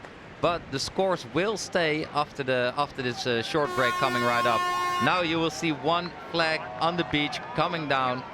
Probably the black one for Clement Hart. And yeah, he won't make it through this heat. Great to have Clement back here on his 2nd King of the Air appearance. As we see the crowds building. There are 3 flags on the beach that correspond to the 3 colors that the riders are wearing. As we see, oh yeah, heel dragging back. It should be expected for Clemens. Yep, we have the confirmation that the black flag is down. So Clement will have to claw his way back through in round number 2, but there is hope. Round number 2 is still there. Each of these riders will have a chance to ride again. But now we're going to have 3 minutes left as we wait for this 1 minute transition period to wind down. 4 minutes, actually, sorry, 4 minutes. And we'll now see. We have the third. Now we have the third. We'll score. see. A third score will now suddenly magically appear on the screens because they have been tricking the whole time. That score will be included. So their 3 highest scores suddenly become part of the play here. Then we'll get a bigger picture about how things look with impression. You can look at the scores online as well to take a look at this. It is all live on the internet, on the internet. 4 minutes to go then. So Clement Roel from France flagged out. These 2 riders, Gil Vloek from the Netherlands and the United States, Zach Adams, fighting out for a place straight in round 3. And here goes Zach Adams with a double forward contra loop, board off, and 2 added rotations. And a board spin. Butt check, classic butt check. Classic. Wow. Dipping that bum in. That was a very technical move, nice height. I'm curious how many points the judges will deduct for that butt check at the end. It wasn't totally clean. And here goes Gil Vlucht, also with a front roll, contra loop, board off, and an added rotation on the way down. A little nose grab to tease things out at the end. Liked it. He liked it. I'll tell you something we won't see today, I don't think, guys, is riders landing wrapped or blind. It's too choppy to risk that. That's landing backwards after he moves. Double front roll, contra loop with a board spin, I think, Ruben. Oh, again. He wants that move. He knows he's got it. He just needs to perfectly time it on that wave. And he comes around 4 times rotating and then putting that board on in time. I would get dizzy after 2 or 3 spins. And now you can see that third trick score being added to their overall score. You know, you can see Clement's 2 scores. Did he only just get 1 on there? I'm not sure that's right. But anyway, these 2 clearly are the ones fighting to get through to round 3. And they'll skip round 2 if they can win this heat. The second place of this heat will go against someone that finished 3rd. They'll get the reward of at least coming 2nd. But to be honest, that's no real consolation. You're down in round 2 and you're fighting for your life. But we are in round 1, heat 1 of the Open. It's the men, Gil Vloek, Zach Adams, making their way through the first part of the flag out. And here is Gil Vloek, guys. Putting the hammer down, looking for a kicker. Oh, he's looking, he's wishing for it to be there, but he will slow down and make his way back to the beach. As we see, there's the boat that is housing our new camera angle for the 2024 Red Bull King of the Air. We are in heat number 1. There you see the appearances from Gil Vloek, having made his debut in 2021, stomping it all the way to the semi-finals, unfortunately losing out to Stig Hoefnagel, the 3rd place finisher from 2021. But back to the action there, Zach Adams also not finding the kicker that he wants, as we see just over a minute and a half remaining here, where the 3rd score has come in and the overall impression score. Beautiful shot there as both of the riders make their way back to the beach. They'll reset, get some information from their caddies on the beach. Oh, there we go, speed building. Oh, yeah, that was a nice little... I was just going to say, like, he wanted it. None of these riders have jumped to the right too much, and I think that helps the overall impression score for sure. So I'm very curious to see how they... Zach wants to. Zach, for me, isn't shaping up to do anything left foot forwards here. He wants to come right foot. And I wonder if he wants to come right foot with a contra loop. That's why maybe have aborted. Where Gil was so close to him there, a contra loop pulling the front hand would have caused a collision. So my sense is that perhaps we're going to see a right foot forwards contra loop. Oh no, it's a mega loop. Oh! Oh, this is a big one. He's kicked the board off into a flip, landed it and put it to the crowd during a loop and a rotation. Absolutely psyched there, Zach Adams, after the stomping that trick. I would love a replay on that. It was a nice mega loop, multiple rotations. I think even a tic-tac in there. That's when they grab it by the fin, the board, take it off and flick it to the handle. And there goes Gil Vlucht, also nailing one to the inside. Tough landing that would have been there. He just disappeared in the waves on that shot. So he was trying to just work a bit more switch riding, but what a move that was from Zach Adams. At 8.40 coming in. I think that's the trick of the day so far. Definitely. Gil Vlucht there. Double back roll kite loop and an added rotation, but not the height and power he was hoping for. But unbelievable. Zach Adams putting an 8.4 on the board. And I'm still looking for that replay. Here it comes. Here you can see Zach right foot forward. Hand off, nice and calm.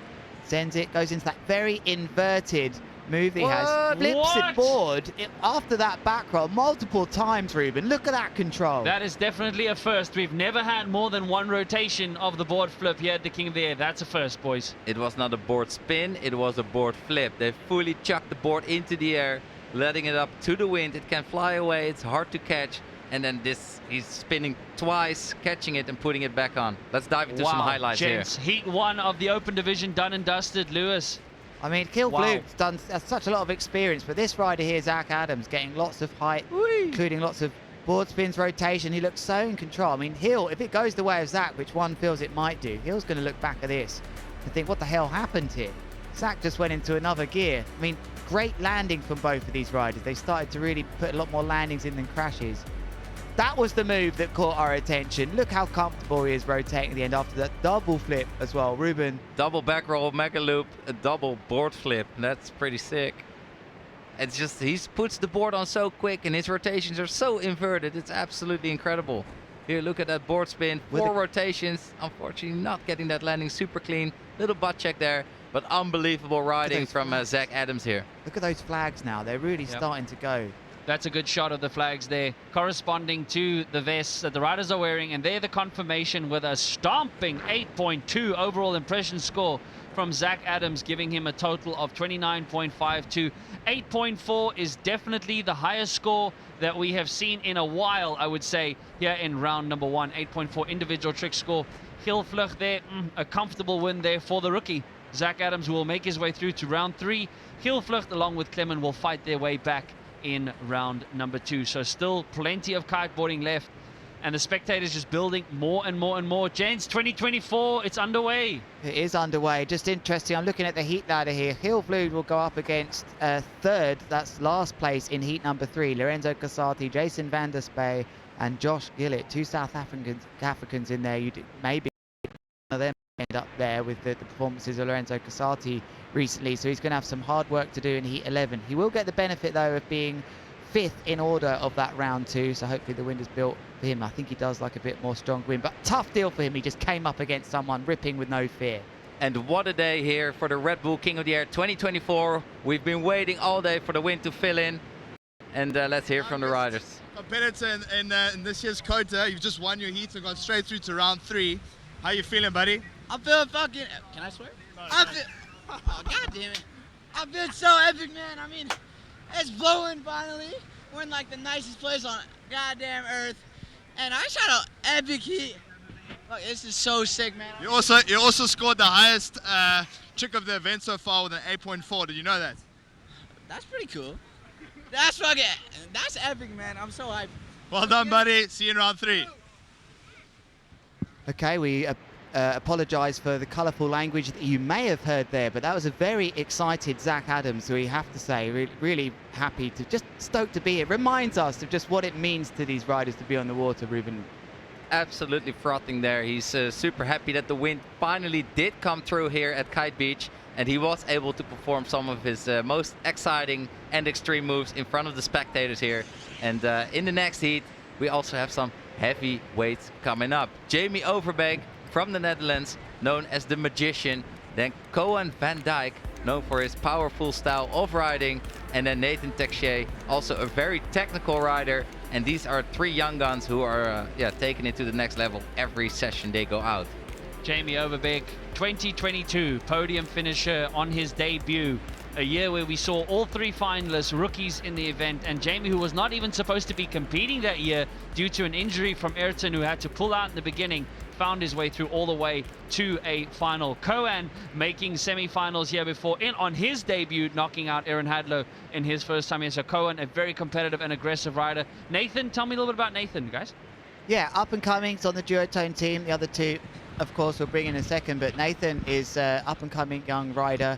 And he really made an awesome video to get into this thing. He's training super hard, very impressive out in Tenerife for some of the things I've seen for him. So let's see what he can do. But yeah, we have to remind you that Koen van Dijk will be on the North Kite, and on the F1, it's going to be Jamie Overbeek, who he's a pretty special rider, isn't he? He's definitely not bleak because he has got the most technical tricks in his bag and he is ready to go. Here we go, Jamie Overbeek in the blue vest.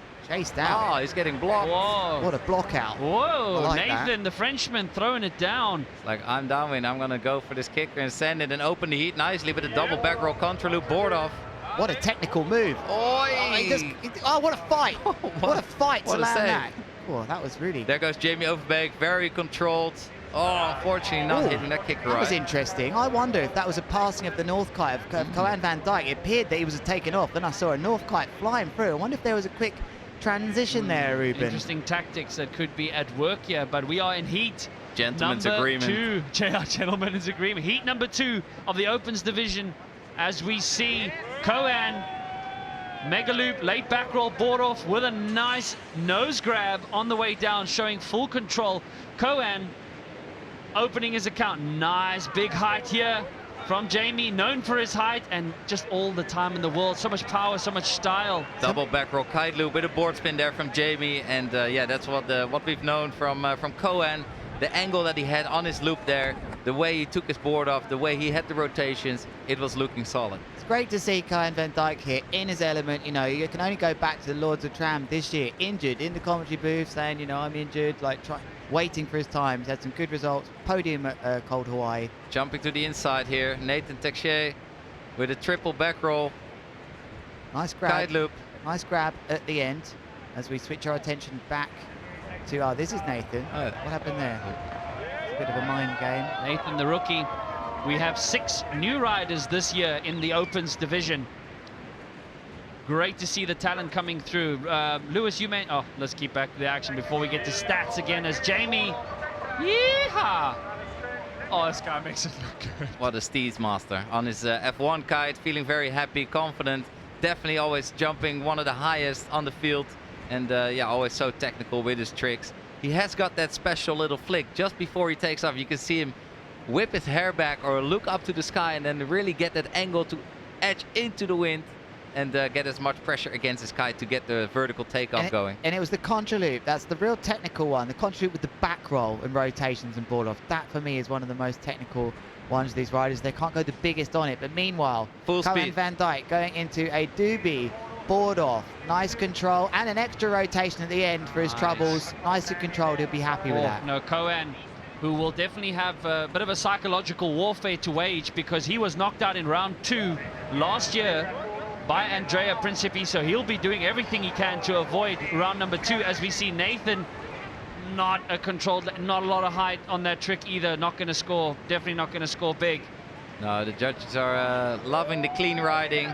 And speaking of clean riding, there was a tornado there from Jamie Overbeek, taking the board off, looping that kite, and I think he's spinning like 4 times.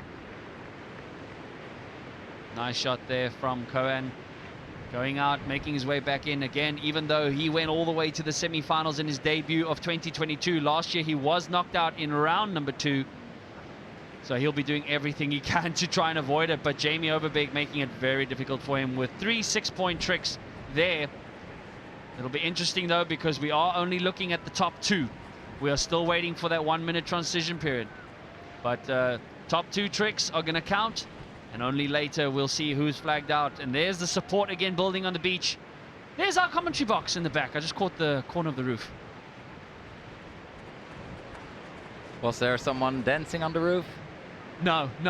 Unless it's the wind. I could be dancing on the roof because I'm so stoked. The wind finally did come through because we were waiting all day. And thank you so much for your patience and joining us for this epic action here at Kite Beach, Cape Town. Oh. What a shot on the FPV. That's trouble as well. Completely out track, and a tornado contra loop there from Jamie. What a landing. On that bump. That's trouble from Nathan though. I can't stop thinking. I saw that kite falling out the sky. He looks like he's got it up in the sky. Wow, that's a quick recovery. Very quick recovery. See Koan there lower down in the judging area. Wow. Now we've just got their 2 highest scoring tricks on there. We apologise. We had 3 on there earlier if that might have confused you. To remind you one more time, it's their 2 highest scoring tricks. That's all that counts now for these riders to advance in this heat. They'll then get another shot at first and second only after one of the riders is flagged out with the lowest score in 3 minutes and 9 seconds time and counting. But even the lowest scoring rider in this heat in the first round won't get eliminated just yet. They will get a second chance in round number 2, trying to make their way onto round number 3. And yeah, just trying to put two of the highest scoring tricks on the board before the flag out kicks in. Here's a replay then. Right foot forwards, going for a back roll. Kite loop with a board spin. Double back roll kite loop with a board spin there, crashing it. It's Nathan just getting pulled out of sorts, unfortunately for him. He's got the work to do here. So we get that nice backdrop again on this new angle. I love this new angle looking back to the beach, the FPV. Cohen van Dijk hitting this kicker right, going with a back roll kite loop, double back roll, kite loop board off trip. He needs this. Oh, I don't like the way that landed. That could really hurt. Had the board spinning. It looks all right. I think there was a board spin involved with that possibly as well, Ruben, at the start. But Cohen now trying to push it. Looks like Overbeek's in a good position to try and get through to the last stages of this heat. Here there he goes. Oy. Didn't like, yeah, it looked like a dodgy wave there. Very hard to get these early waves. Very difficult to navigate these kickers. It's a combination of small waves making their way from the deep sea along with wind swell. So you're not just negotiating waves coming in towards the beach, you're negotiating cross chop as well, making it very tricky. But we have seen oftentimes the best riders being the ones who can negotiate the kickers the best. Jesse Richmond, from memory, being a fine example of that. But here we go, nice Jamie. kicker. Not this time doing good. Double back roll, tic-tac. Tic-tac. Contra loop. Oh, it's hard. You have to almost split the move into about 4 parts here. You really have to start off. What's the rotation? Maybe one of us calls one part of it. What's the rotation? What hand is on the bar? What are they doing in the board? And if, in these conditions, at least it's not how they're landing backwards. Nathan also going for a double back roll contra loop board off, but not getting the height. And again, he is just putting crash after crash. He must be devastated. Not finding his flow in this heat. Heat number 2, round number 1 in the men's open division. And remember, we're going to see some foil action later on when Charles Brodel takes it to the stage in heat number 4. But we're not there quite yet. We are less than a minute to go until the flag out in this heat, where there's a 1-minute break. That was Carl on the beach. Here we go. Oh, here we go. What is that? What I think it is? That's big. I don't like this. Oh. He is okay though. Look at that control. Kite is still in the air. What Cohen did here is a kite loop handle pass. He unhooked from his harness, got the full power of his kite on his arms. Then he did the kite loop and he tried to do the handle pass, passing the bar behind his back, doing a 360 rotation. And unfortunately, he missed the bar. I wonder if he grabbed the wrong side of the bar and sent it further down. I think here we're going to see he unhooks, missed it. Gets some good height, yanks on that bar. No. It wasn't too bad actually. He just couldn't. Yeah, it wasn't too bad. It looked. I thought he'd landed on the board for me, but anyway, absolutely sending it. It's that sort of wind that you could perform those moves, but very much looks to me like Nathan Tessier is about to be flagged out. Overbeek and Van Dijk will now go through into the fight, the battle here to see who will advance. They will now have their 3rd score added, but let's take a look at things so far. Here is Nathan Tessier. Back roll, double back roll board off, kite loop, and an added rotation. That was a very nice move. But unfortunately, I don't think he's going to make it. I don't think he could match the height of the other 2. They were just finding another level there. So the other 2 now are in a break. None of their tricks will score. We've seen it before where people go mental in this minute and the scores do not count. It's very clear from the judges. They have to wait. It's a chance for them to gather their thoughts, gather a breath, perhaps come in and talk to a caddy to see what the scores are, because they're now going to have a 3rd trick score be part of this, and of course the impression score. Here we go then. 4 more minutes for these 2 to duke it out. With Jamie Overbeek well in the lead here over Cohen van Dijk with a 21.34 of his total 3 trick scores, and Cohen with an 18.32. And here goes Jamie. Double front roll, contra loop, tic-tac, landing with a transitional movement there, heading back to the beach for like a warm-up move, didn't it, for Jamie Overbeek? That was ridiculous. It did. Impressive there from him. He's stoked. Who's that? Oh, there's Josh Gillett, a rookie. Cohen not getting the move that he wanted there, so just an easy cruise touchdown. Hopefully for him. Jamie is, I think, the rider that spends most amount of hours on the water. This guy is so talented. He can ride the foil, he can ride the twin tip, he can use a foil kite and his inflatable kite, obviously, which he's using here. But such a control, such a technique.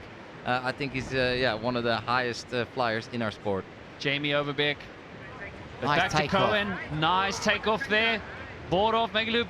Kite board off. Spin, board spin. Nicely done there by Cohen. He needed that with just under 3 minutes left. Lots of height on there. It was really A lot clear. of height, yeah. Oh, here comes Jamie to the inside.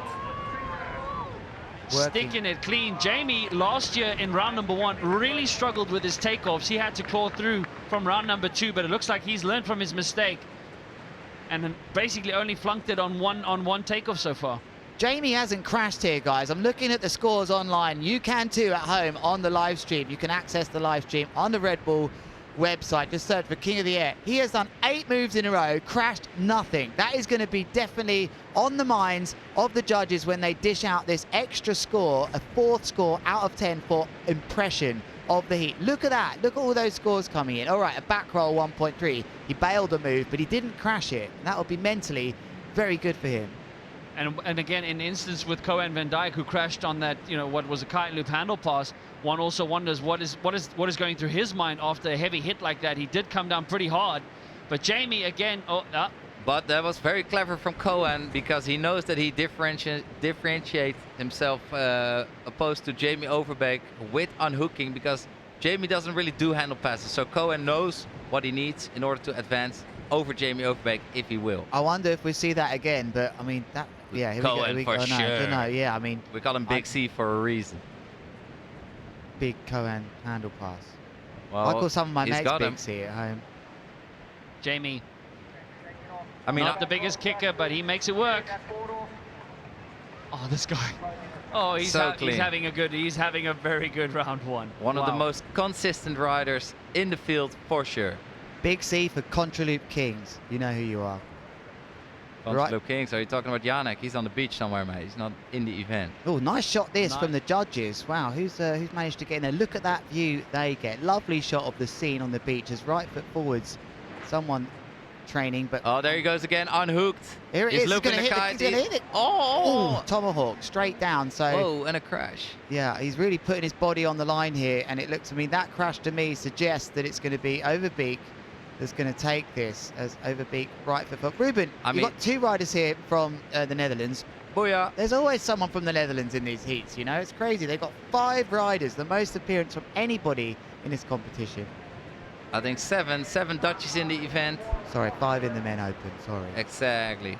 We got Pippa and Zara. I got it, Lewis. Throwing down in the women's division. Adding more. Yeah, Netherlands just dominating this event as far as appearances are concerned, and podiums, and claiming the most crowns in Kevin Langry. But there we see Cohen losing precious time. Oh, I don't know if that's a little bit of a statement there from Jamie doing it right in front of him. But I doubt that Cohen will make it through straight to round 3. He's going to have to, yet again, for 2 years in a row now, claw his way back from round number 2.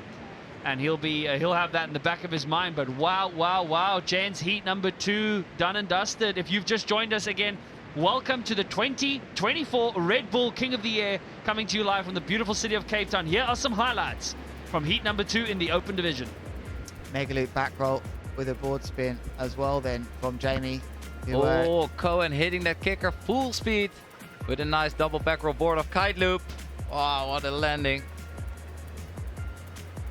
Double back roll, mega loop with the board off as well, with a grab on the way down from Cohen. It was neck and neck for a while between these two, but starting to up it a bit.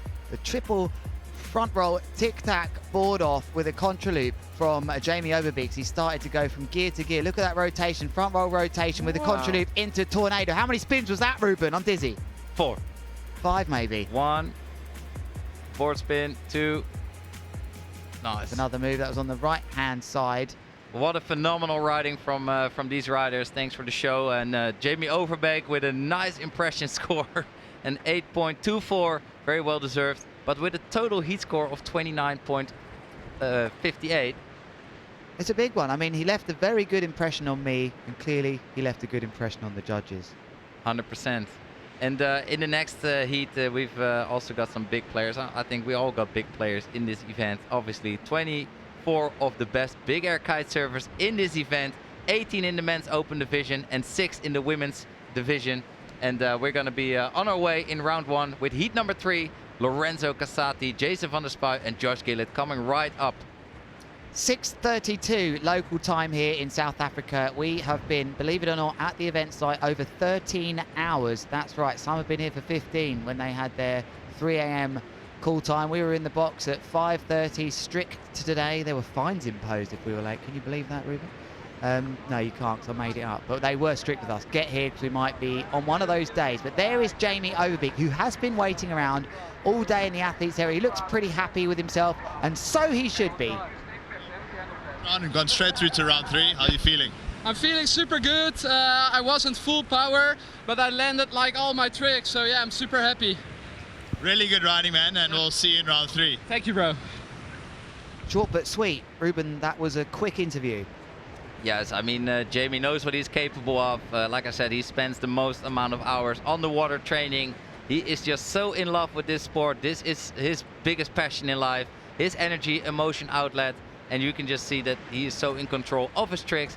Every takeoff, you just know he's going to fly straight up into the sky and bust out one of the most insane moves for us. Yeah, he's a unique breed, he is for sure. Lots of support from his parents as well, and his brother's very talented rider. Whoa, boomer! What a heat we have here, Colin. Who have we got? Oh man, here we go. 2022 King Lorenzo Casati and podium finisher last year, back in the mix for his 3rd straight King of the Air. He's up against Jason van der Spey, who made his first semi-final appearance last year, this being his 4th King of the Air, and our rookie, also local from South Africa, Josh Gillett, here for his first King of the Air appearance. Mouth-watering action. Jason had a storm of a round 1 last year, having moved straight through to round 3, claiming his first semi-final as well. He'll be super happy. Lorenzo Casati also with a very strong round 1 performance. Other than Jeremy, Lorenzo had the highest individual trick score last year. In round 1. No South African ever on the podium here at the King of the Air. One rider there, Jason van der Spey. He has got the ability. I mean, they're all very good riders, but for me, if that guy's on fire, he's going to be the one the South Africans can cheer finally on the podium. And here we go with the green flag for heat number 3 in round number 1 of the men's division. Here goes Lorenzo Casati with a massive back roll, board off kite loop, and an added rotation, and just so controlled and steezy. What a move. You know, he has dominated the season so far, winning absolutely everything. He's been unbelievable. Oh, massive there by Josh Gillett. And again, he's a new name here at the 2024 Red Bull King of the Air. Oh, nice little control there of the landing. But Josh has had a good year as well. He finished 3rd in the qualifier in Tarifa, so he has got plenty of competition experience. Great to have some new talent here, especially from South Africa. Sorry, James, just a bit of bias there, but I guess I can. Of course, brother. And of course, we know that Lorenzo Casati is hungry for another win. He knows what it feels like to wear that crown. And here he goes, Lorenzo Casati putting another score on the board. But I know he can do better than that. That wasn't that impressive, because we know that he can do much better. There we go, Jason van der Spey, not only known for his big air riding, but also for his short line riding. If you're at home, definitely check out his Instagram, Jason van der Spey, to see some mind-blowing super loops. He defines gravity and just pulls some mind-bending tricks. His content is going all over the world, and the kite is almost touching the water whilst he is way up in the sky, hanging inverted above it, and it's just mind-blowing.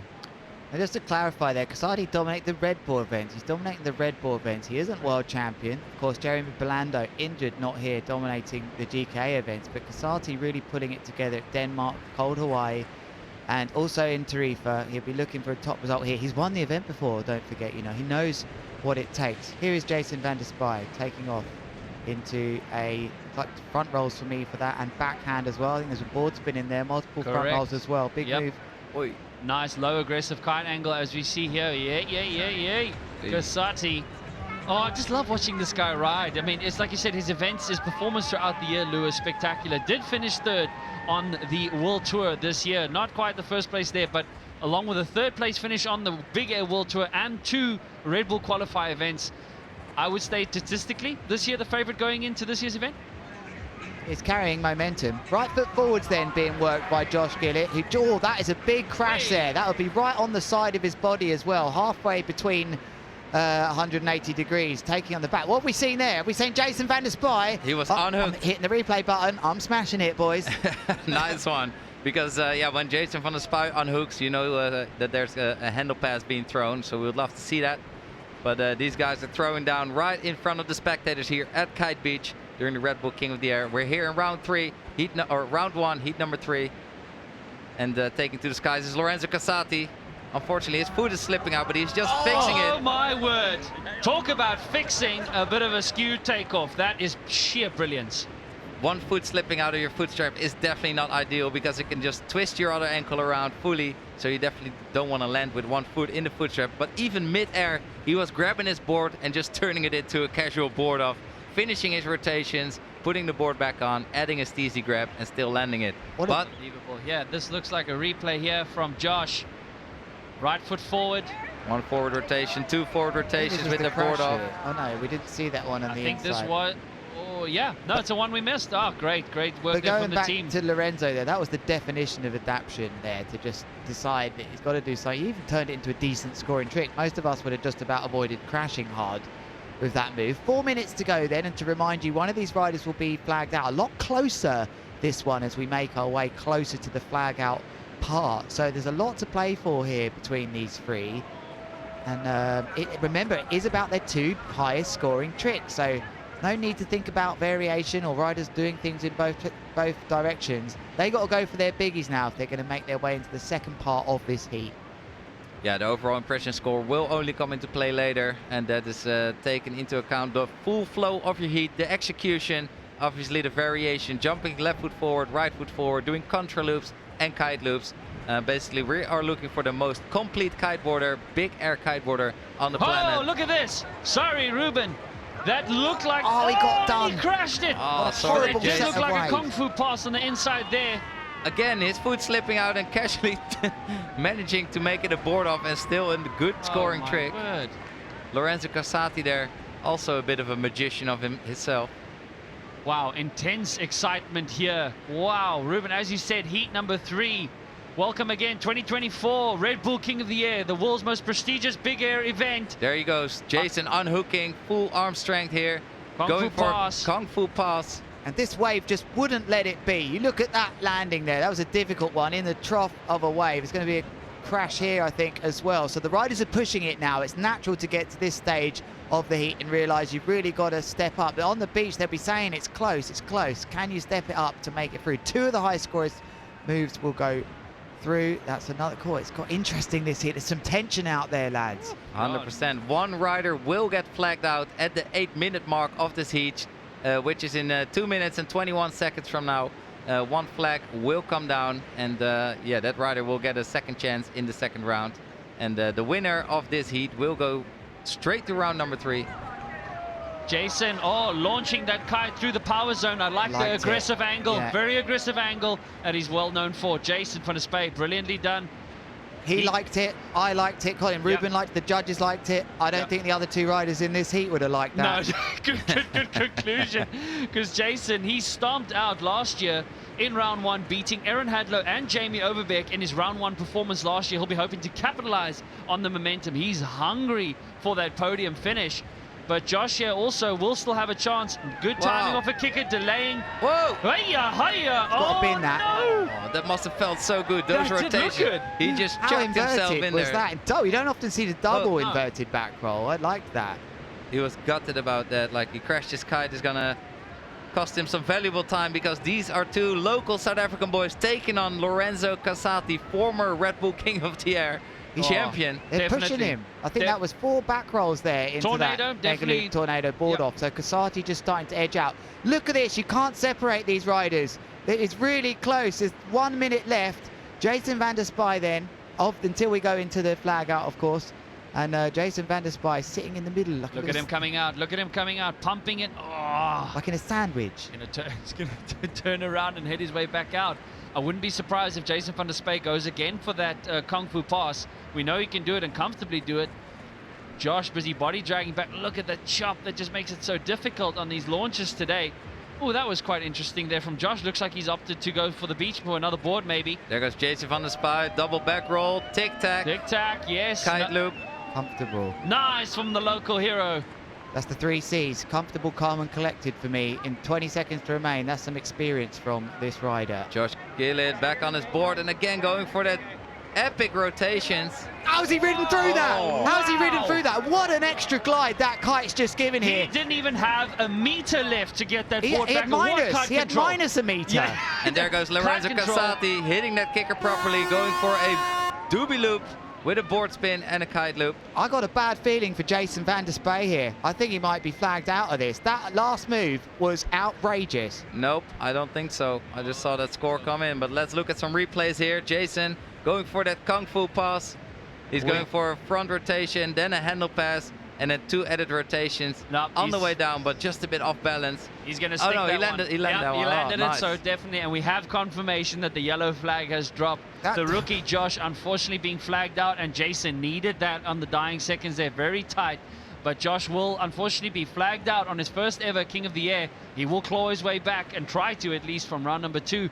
But less than 20 seconds before Casati and Van der Spey go head-to-head again, boys. I wonder if he was deducted a bit off that move. The fact he almost was in the water kind of a little bit. Maybe I got a bit excited by the way he recovered that move. But yes, Jason van der Spey, you're right, Ruben. He has made it in. I just got a bit worried there with that last move. But now we have their 3 tricks on the board counting, and it's very close already between these 2 riders.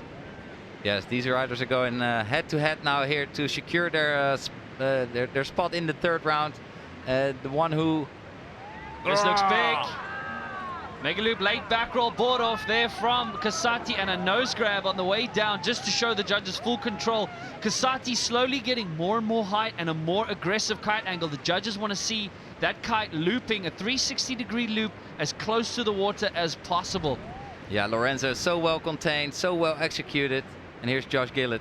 She just losing out in that round, but through to round 2 for a second chance. All right, here we go. Jason van der Spey going into a doobie loop. Board off, but unfortunately getting a yank, losing his board and crashing that attempt. This is interesting for me, guys, because they're starting to find some good takeoffs off waves. Perhaps the tide has started to turn now, and the waves are jacking up a bit, but we're getting some nice takeoff. I mean, look at that, doesn't look great there, but they're starting to connect to some good ramps here. Well, that was a great shot there of Jason van der Spey's father, David van der Spey. What a legend here, also in Cape Town in the world of kiteboarding. Oh, just been so amazing. What a great family.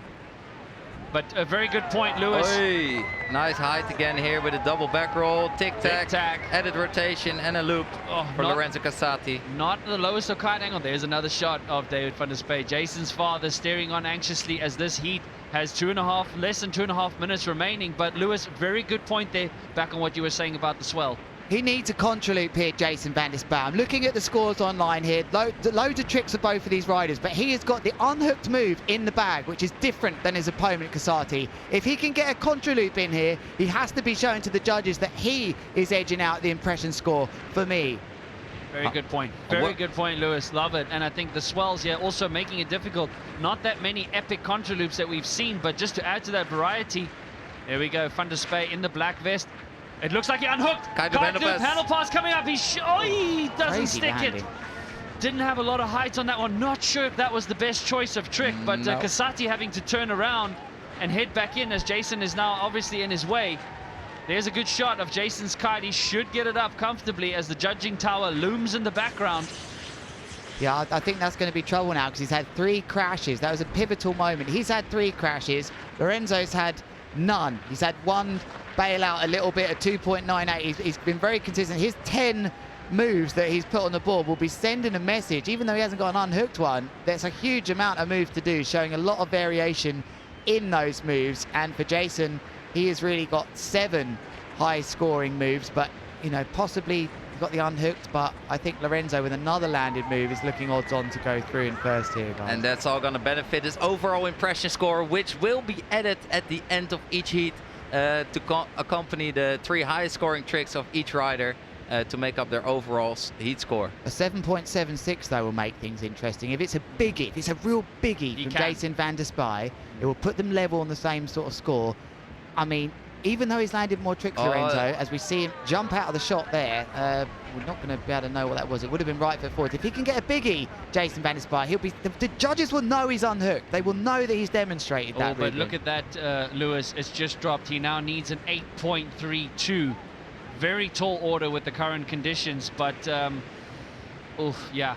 but Lorenzo not the Casati, best. definitely an event favorite. And yeah, that's why not all the riders are doing unhook maneuvers, because it's big risk.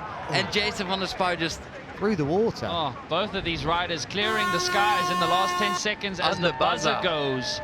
Great heat then for our Very previous good. champion, Lorenzo Casati. They look like they enjoyed themselves on the beach there, didn't they, Ruben? Look at them. There they are. Say hi. Say hi to your parents. I mean, it is a great event. It is so good to be part of it. The atmosphere is great. The whole kiteboarding universe is on this beach. All the top riders are here. This is the event that we train for, that we look forward to all year long, and it's happening now. We are super stoked that Mother Nature finally supplied us with sufficient wind to run the event today. And thank you so much for tuning in. Let's look at some highlights from this previous heat.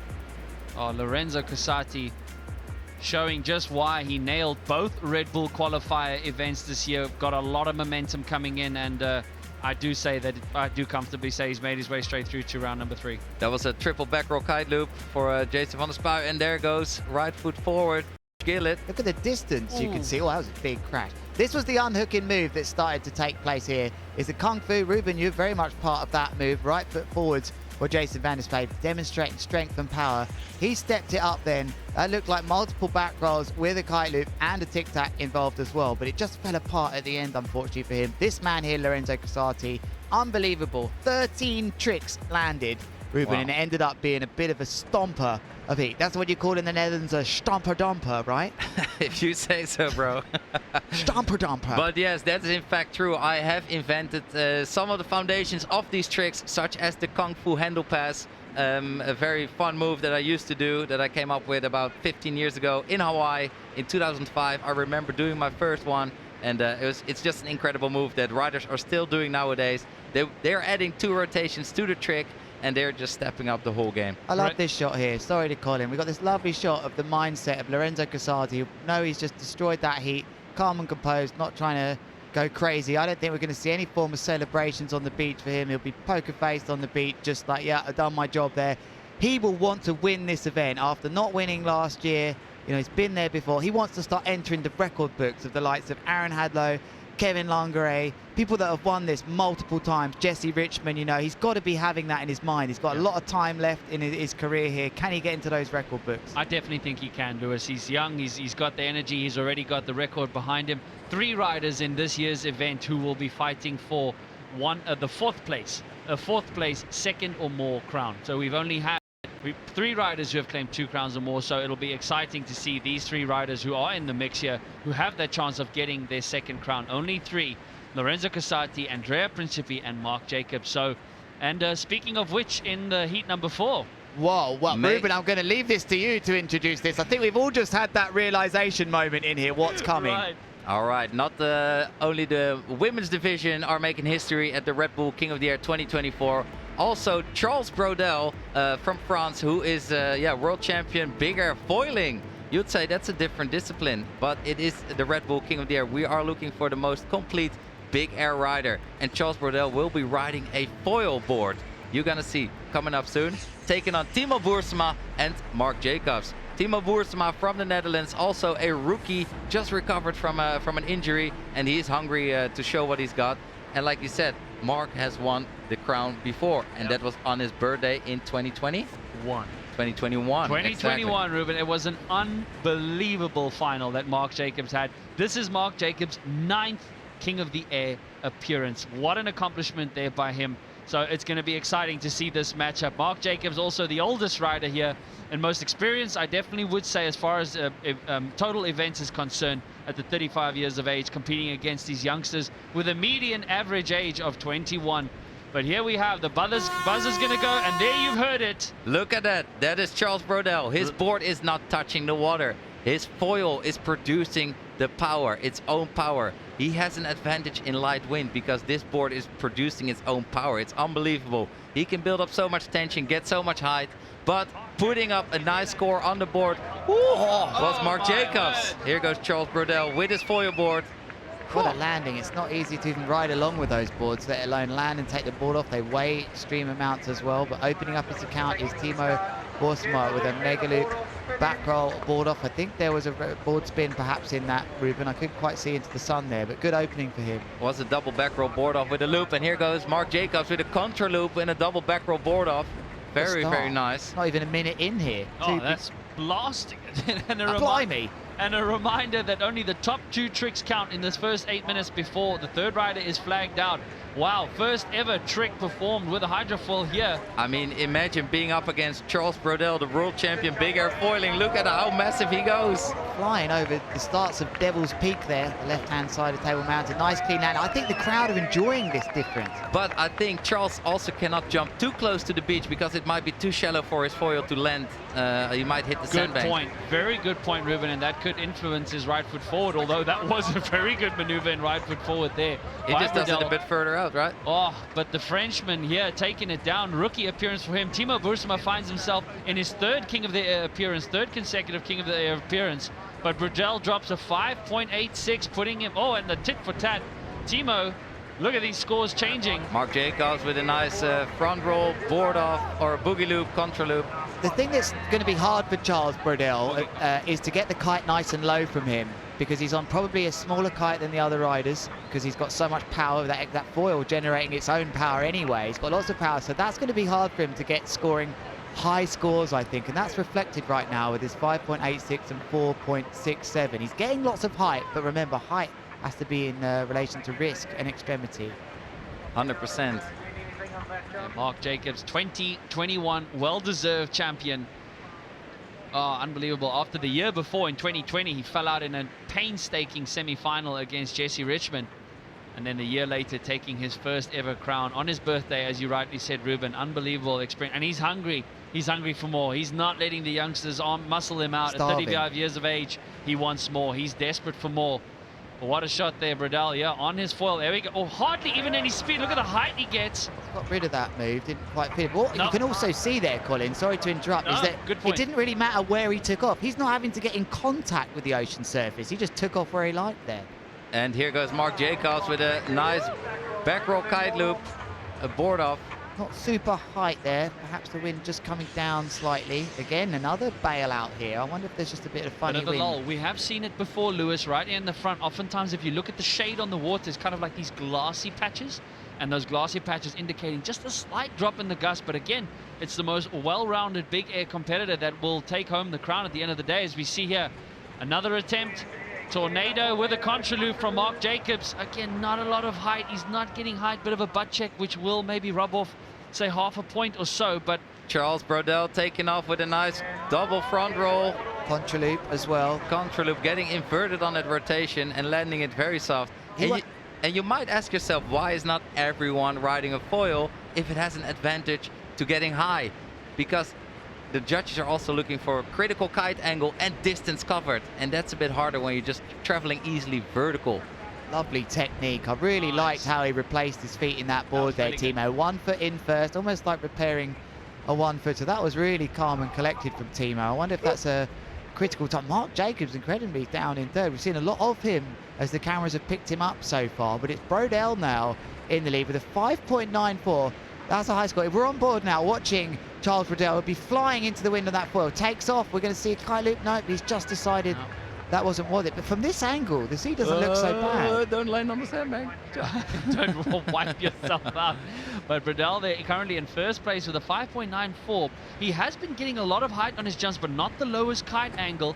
As you see, Mark Jacobs again just struggling to get that height and that aggressive kite angle that got him the victory in 2021. The twin tips are now struggling. Something else we need to talk about is in between these moves, the riders have to get in position again. The wind blows them downwind.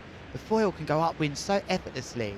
Yeah, that gets him up into the competition box very easily. And unfortunately, Timo Boersma not sticking it together.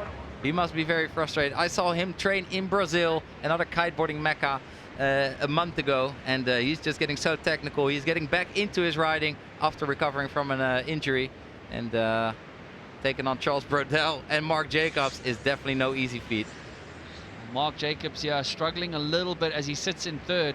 Mark Jacobs did have the highest overall impression score last year in round one out of all the riders in round one, so his variety is most certainly there in the bag.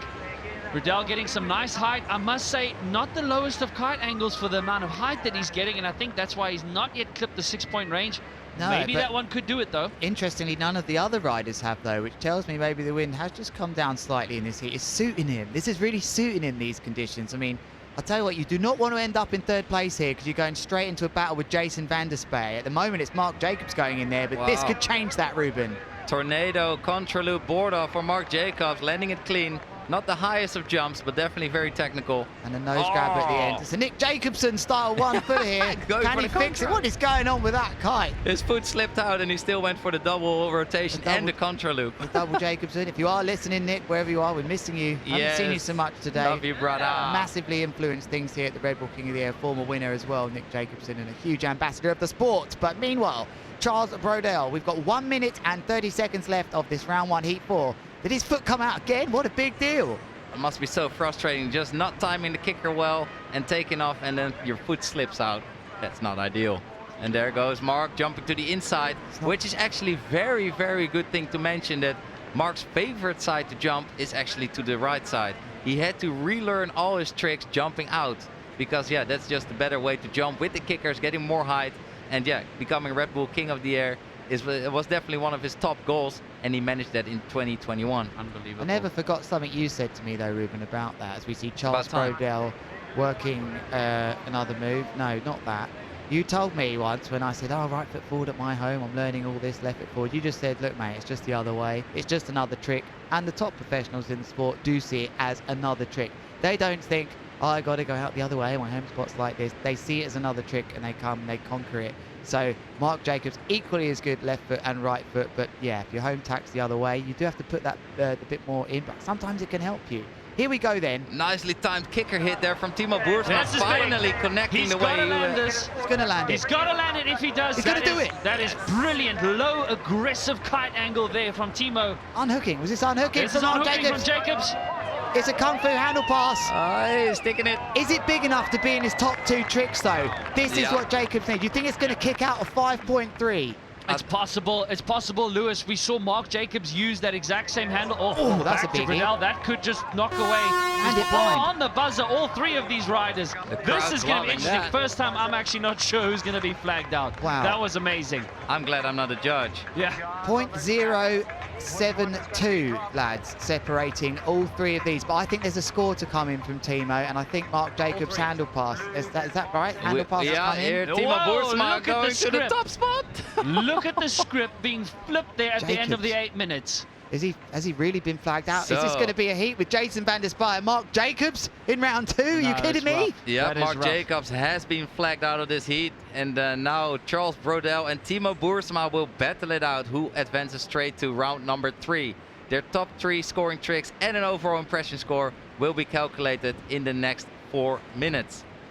Wow. 10 seconds before we get going again, and Timo, what an unbelievable change. That mega loop low aggressive kite angle is exactly what he needed. This is a 3rd King of the Air appearance for Timo, 3rd consecutive appearance for him. He'll be very happy with that. But there goes the buzzer for another 4 minutes now. Here we go. 3rd score now comes into play, and that 4th overall impression score. Charles doing really well. I do think if Charles can go just a little bit lower on his kite loop angles, he could be dropping another 6 quite easily. Could he take perhaps lower line, like smaller lines maybe? But Timo's in the groove here, Ruben. Not hitting it, but you can see that there's no overall impression score being added during that flag out period. It's just your top 2 highest scoring tricks. So that was in favor of Timo because he had a few crashes and Mark Jacobs had way more tricks on the board. But yeah, Timo just scored higher there. Mark just a bit unlucky. He's one of the older riders, but he's a bit more built. He's quite a strong guy. Those lighter wins would have been hard for him, but he will be thinking, oh, that was close. Charles, it looks like he's done a kite change, boys. I missed that. That looked like a kite change there from Charles. It's going to be interesting. Are we going to see the first doubles of the 2024 Red Bull King of the Air coming to you live from the beautiful city of Cape Town, South Africa? S-loop on a hydrofoil. I don't think it's going to score much. Not going to score much, Ruben. but it's for a first. It is a first, but I can see the tactic. He's going for the impression score, but I'd be surprised if this scores much more than a 4.5. Yes, I agree with you there, Lewis. I don't think this is a good strategy to go for Charles Brodel because the small kite will enable him to loop twice or even do the S-loop, but yeah, the kite angle and the power is just not what the judges are looking for. The judges were very clear. A progressive power loop like that there from Timo. Triple back roll, kite Nice. loop with a board spin as well from Timo. I understand the tactic. He's going for impression score, and it's a double. That was a bit more like it, with a board or a 1 foot as well. I can understand this strategy from Charles. He has to utilize what is unique to him. 100%. I mean, he just did a double kite loop board off and at significant height. That was better. I enjoyed that more than the S loop. But it is very hard to get the distance going with the foil and a small kite. So, yeah, let's see how the judges are gonna end up scoring this. No score on the S loop yet. To be confirmed is on the live. So they're debating that one big time in their room, and it's a big moment whatever they give that score. There drops 5.8. 5.08, so not a lot. It's not bad though. Yeah, but Timo's sitting in a bit of a comfortable first place, I would say. Again, I think I agree with you, gents. Maybe a little bit optimistic there from Charles, but he's coming in right foot forward. A very small kite, edging very much into the wind, getting that tension, not getting...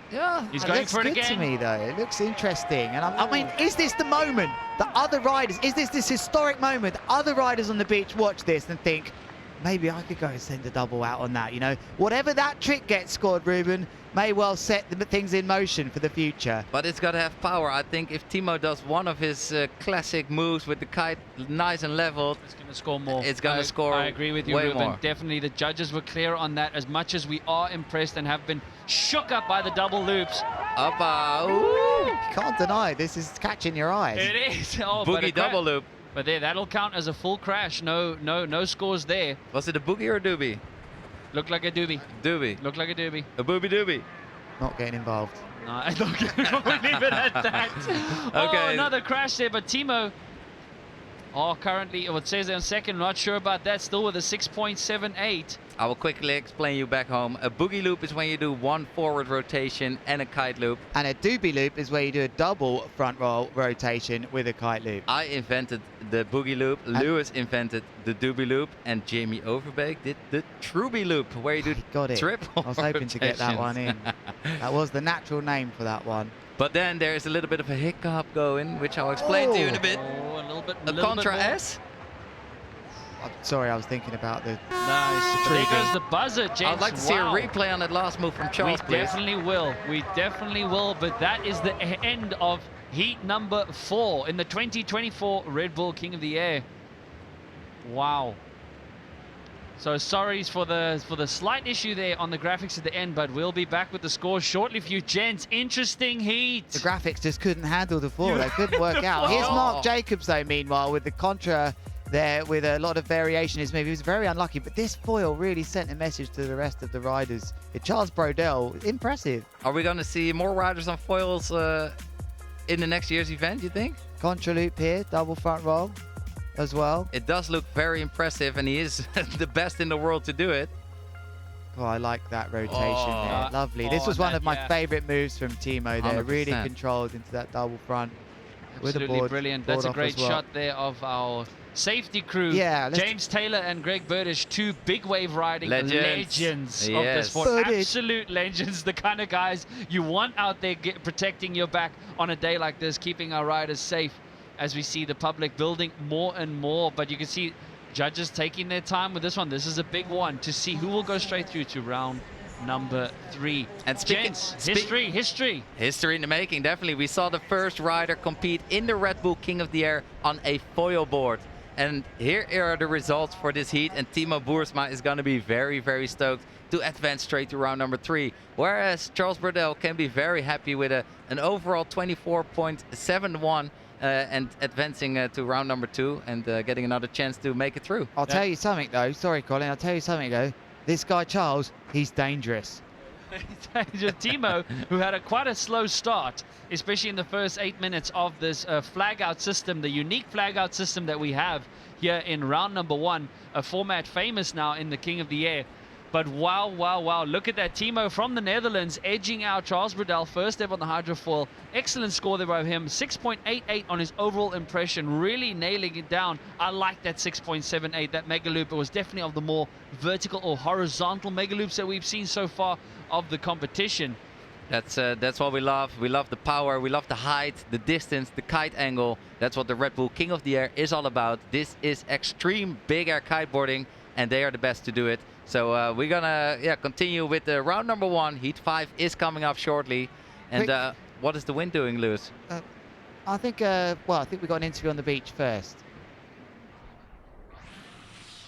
Charles, making history, first ever competitor in Red Bull King of the Air with a foil. Yeah. How was that for you? To be honest, when I was on the water at the beginning of my heat, I was stressed because the first time I show a foil to this competition. So yeah, I know that many people, like many foilers and friends, were looking at me. So I was a bit pressure at the beginning, and then I tried to release and send a bit more. Yeah. And I was also stressed with the sandbank close from the shore. But yeah, let's see how many I finish. Well, great job, man. We'll see you in round 2. Yeah, see you.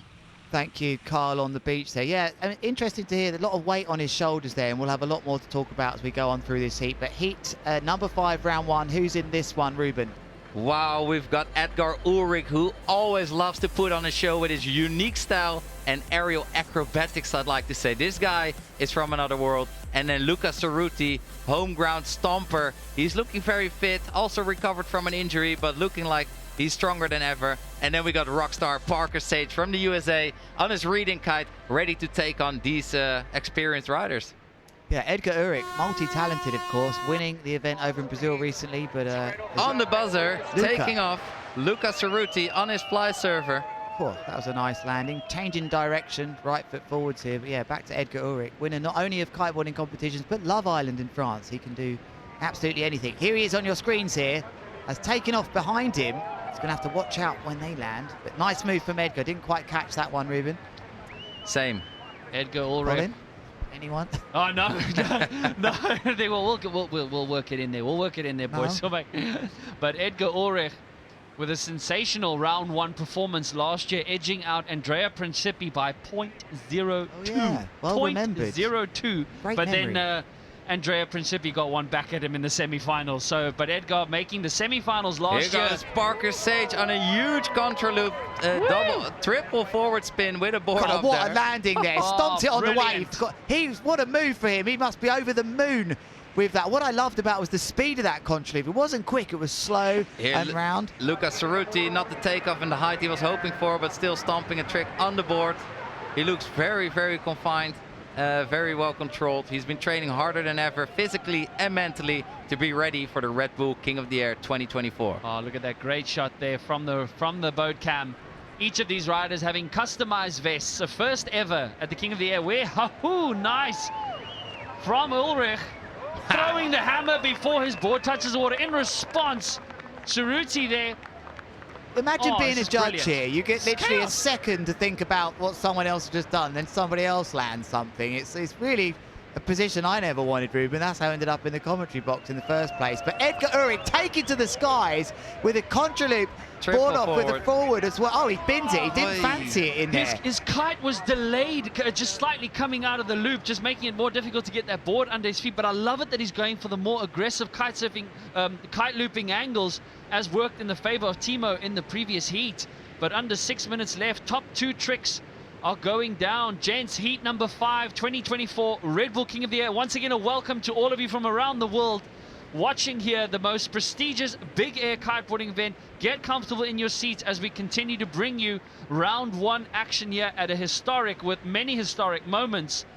But there in the front, Parker Sage from Honolulu, all the way from the USA, competing in his first, at the age of 19, competing in his first ever King of the Air. What a moment, guys, for these rookies. 6 rookies here in the open division this year. They're really taking it. Ruben, are you comfortable in your seat? You've been in about 14 hours. I'm doing very good. Let's look at this replay quickly. Here goes Luca Cerruti coming in with a boogie loop board off to the right foot forward and an added rotation, landing it clean. No, I was going to say I just met Parker's dad, James, on the beach and spoke to him. What a lovely, lovely man. And seeing his son compete at this world stage event, is a dream. Like, he's living in a dream, being here, seeing and feeling the atmosphere here, and seeing his son perform his best big air tricks. So, yeah, good luck to him. you know, we have to emphasize here, a good result at, you know, the pinnacle of the sport, the Red Bull King of the Air, can change the course of your career as a kiteboarder. You know, when you're here with your dad, the aspirations his father will have for him and his parents and all of his family to like have a good result. It can be the difference of like getting a new deal. You know, it can change your life. Oh, look at the wind kind of flattening out on them there with a double back or triple back roll board off Mega Loop. So not going to score the most, but no, I love what you said there, Ruben, about James says Parker's father, who's for 30 years been a lieutenant colonel in the US Air Force in Hawaii. Absolutely, this family just loves flying. That's the message I get. Big shout out to his supporters and you guys all the way watching live now from Hawaii, USA, and again, all of you from around the world tuning in for the biggest and best, most prestigious big event. This is absolutely brilliant, and we will have a quick replay again of Parker, who's in the yellow vest, stomping it out on his first ever King of the Air. Oh, Ruben, talk us through this quick replay of Parker. Nice, Parker riding right foot forward, doing a nice jump. No, didn't feel the height. He never looked set up there. Another dip. Same with Luca in that same area of the competition box. Do you know what was interesting with Luca is he pumped the bar on the way up. It was almost like a tactic to get through that lull. It wasn't a major move. Trying to generate more power. Who knows? A move like that scoring, even though it might not be part of their highest two trick scores, could really come into play, especially at the end of this heat when they looked to impressions. But he made sure he got through it. I'm looking at this now, boys, and I'm seeing that white flag out to sea, not really going super hard. I think this is that challenging time of day. 7:13 p.m. here in Cape Town, and things getting tough in these heats. 7:13 already.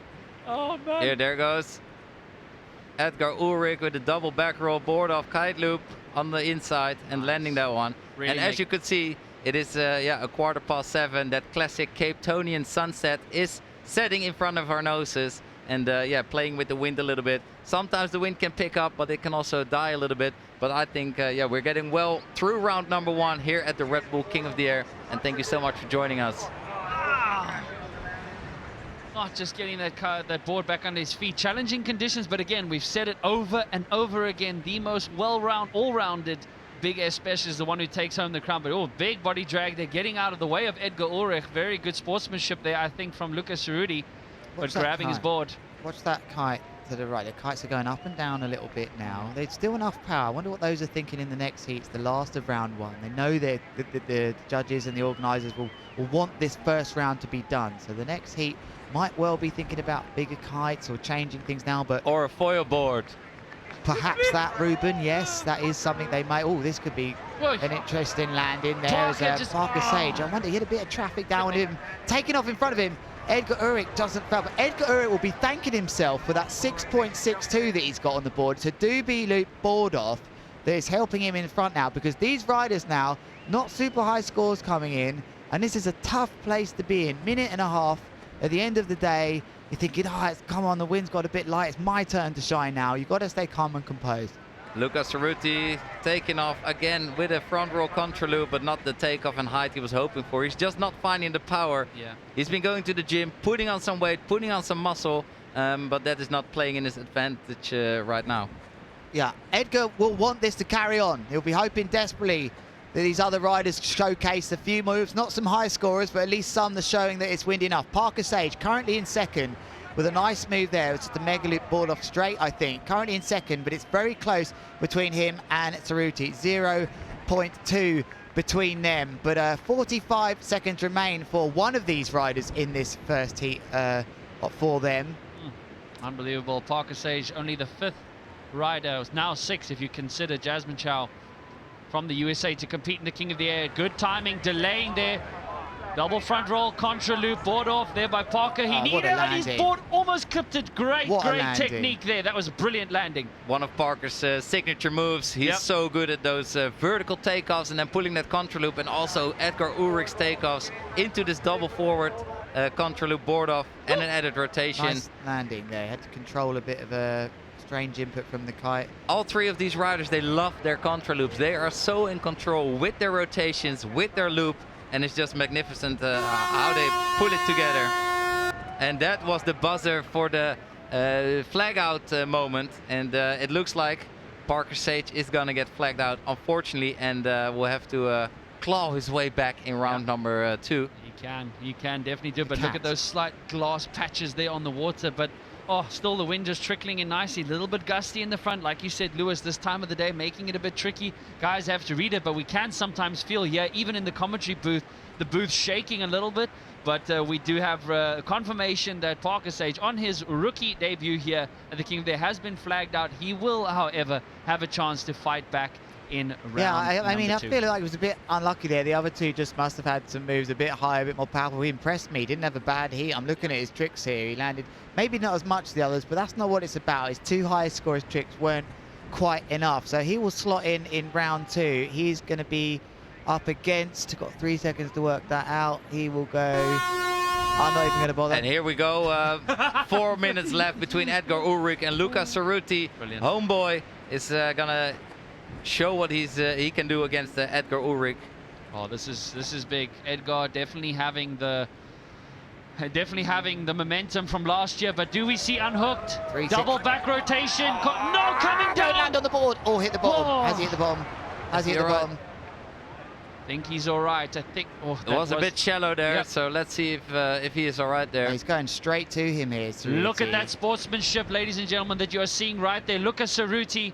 So we know there's a bit of a sandbank in there. He is all right. We earlier saw our safety crew on the jet ski, but often it's the riders themselves who can check up on each other, which is great sportsmanship, of course, and one of our responsibilities, sharing the ocean, Mother Nature's playgrounds safely together. It's part of our sport. It's what identifies us as kiteboarders to check. So I think for me there, with that unhooked move, it looked like the kite pulled a little bit hard at the point he was going in for that handle pass on the way up. He didn't have that weightless moment where you need to pass the bar behind your back. There was too much tension.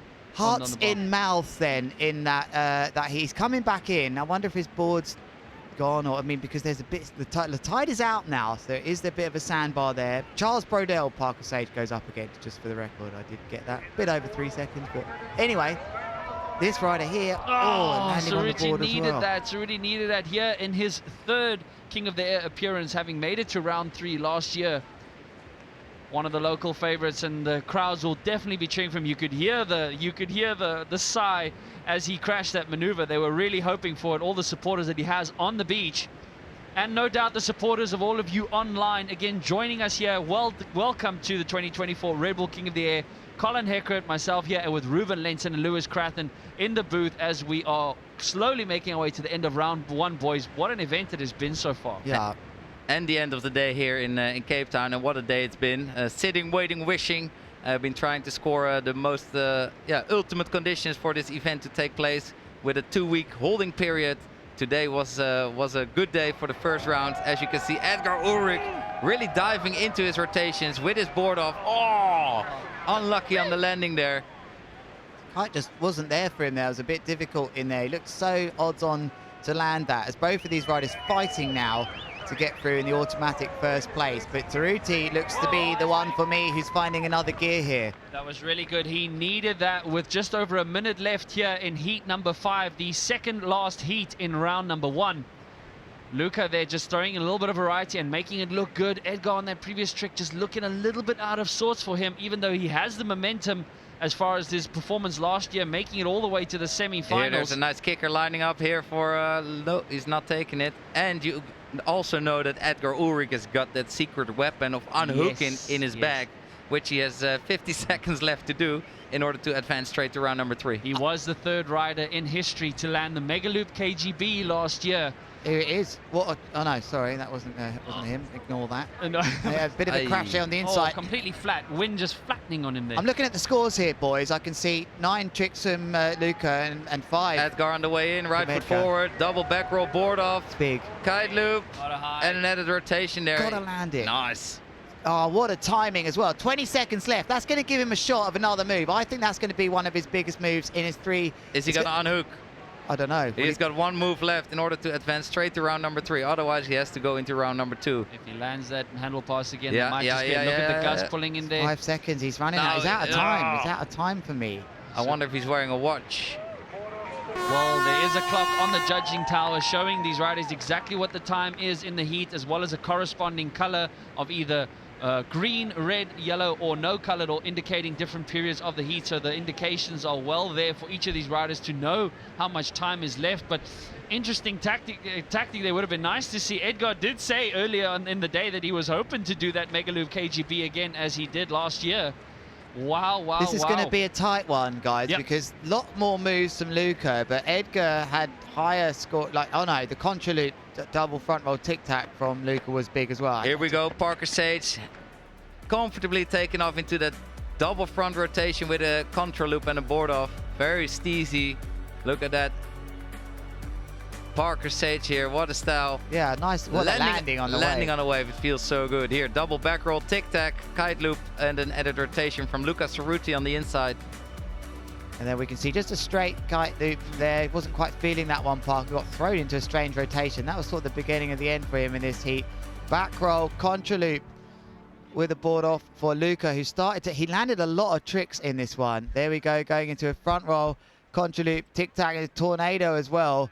And landing, so I think Luca's going to sneak this one for me. I think he did. Unfortunately for Edgar, he had the bigger moves, but not as many, and it's quite hard to, because he didn't land the unhooked move, it's hard to go in his favor for the impression. So that's my feeling. I think the impression score might lean towards Luca by a point and a half. I think so, Lewis. And just to remind you viewers, if you go onto Red Bull King of the Year and you click on the results tab, scroll on your way down, click on the Opens division, and you will see all the scores from all the tricks.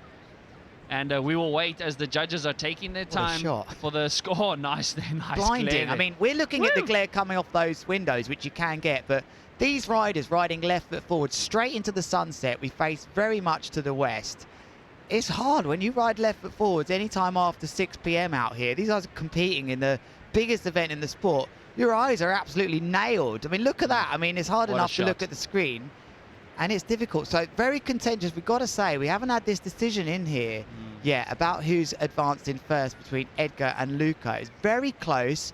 They're really thinking about this. We'll bring you that when we can. We'll have one more heat of round one of the Open to bring you. But what an amazing day it's been. Unbelievable. Guys, so many people doubting the weather and the wind today. And I mean, one has to say, nice one, Sergio, getting us all down the beach. Contest director, he nailed this. Lewis, today. I'm so glad you mentioned Sergio Candagelli. I mean, 30 years of competition experience under a lot of pressure and a lot of stress. Shout out to you for a wonderful performance so far, calling it. And this is what we've been waiting for. Again, thank you so much to all of you. But look at this. Wow. So close. Wow. 0.5 separating this, but the South African edging out last year's semi-finalist Edgar Ulrich with a spectacular 25.5. Look at that. 6.92. The overall impression score making a difference, and a 6.84 for that contra loop front roll tic-tac from Luca Cerruti. Yeah, big congrats to Luca. This is what he has been training for, and also Edgar Ulrich, he can show himself again in the next round number 2. But last but not least, for round number 1, we got heat number 6 with Andrea Principi coming up all the way from Italy. He is the current crown defender. Campione. Magnifico. Yeah. Steinmühl from the Netherlands, also a very tough competitor. Goes very huge on his Cabrina kites, and has got a very unique style. Especially love it when he takes the board off from the fin. And then Danish, rookie. I mean, he's had some nice competitions already, but he's a very talented rider, Lucas Bramstrup from Denmark. That's brilliant. Absolutely, I love it. Only the second rider ever in history to be here from Denmark, as we see. Oh, what an opening move there. The current King of the Air Blimey. champion showing, I'm here. I'm going to show you what it's like at the end of round 1. Contra loop, back roll, I think with a tic-tac perhaps as well. We're quite sure what happened with the board there, but it was definitely the back rolls, contra loops, huge. No beating around the bush from Andrea Principi, straight out the blocks. Andrea from Italy is known for his high and technical jumps. Definitely check him out on Instagram. He got some mind-blowing content on there with his latest moves. And especially in strong winds, this guy is mind-blowing with his technical maneuvers. And here goes Steinmühl from the Netherlands, also taking off in a nice doobie loop with an added rotation and a grab and landing it clean. You like the kind of angle on that one, Ruben. Getting leveled with your kite, that's what it's all about. Getting above your kite. We need a little more wind for that, but that's especially a radical feeling. You get a bit of that free falling and waiting for that kite to catch you, which is very extreme, and that's what the judges love. 2 Cabrinas versus duotone here then. seeing a replay of Andrea Principi going straight into it with the rider straight downwind. There we go, left hand on the bar. Ruben, a lot going on there. Yeah, too much for me to follow there. That was board flip with the front rotation. Mega loop there from Andrea Principi. That was beautiful. It was board flip. Not quite the double flip, but a single flip, I would say. Look at those first 2 trick scores coming. They're not on your screens there as the graphics get sorted, but I can see online 6.38 and 6.53. Look at that for opening moves. Stinmole keeping up with things here. That guy's awesome. I love him. Like you said, Ruben, board off by the fin. He's got the old classic powered mega loops. He's got everything. Yeah, there we go with the board off from the fin here. Whoa! But this is the classic. Nice, can he stick it? Oh, yes, he can. Steinmill on his second King of the Air appearance. Wow, he's already got a 6.0, and second score will drop for him. A reminder, the 2 top scores decide who goes into the remainder 4 minutes. Oh, there he goes for a boogie contra loop with an added rotation and a board off. Andrea Principi stomping that. Riding really well. Oh, can he stick it? Yes, he can. Do you know Bob the Builder? No. Can he stick it? And what is very unique as well is the way Andrea Principi and some of these riders train. And that's inside the gym. Yeah, flipping his board around and doing all these rotations and really visualizing and preparing himself for all these epic maneuvers. And here, oh no, Lucas Gramstrup really struggling to get momentum going here into this heat. He's going to have to compose himself as best as he can, considering that this is his first King of the Air, one of our 6 rookies in this year's event. But here we go for Stein. Nice, aggressive contra loop. Board off rotate. Oh, the nice little tail grab there on the way down. 2 forward rotations and that contra loop whilst keeping that board off for quite some time.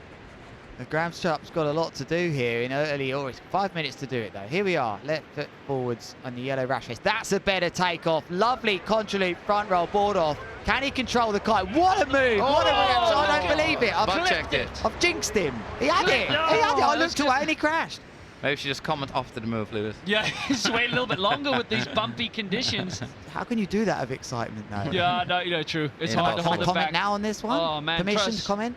Trust you at home are enjoying the action. Oh, this is the last heat of round number 1 as we see the rookie Gramstrup going down there without his board. Precious time. He's already had a slow start. He's going to have to speed up with that body drag. If there was ever a time to know how to body drag, boys, it's now.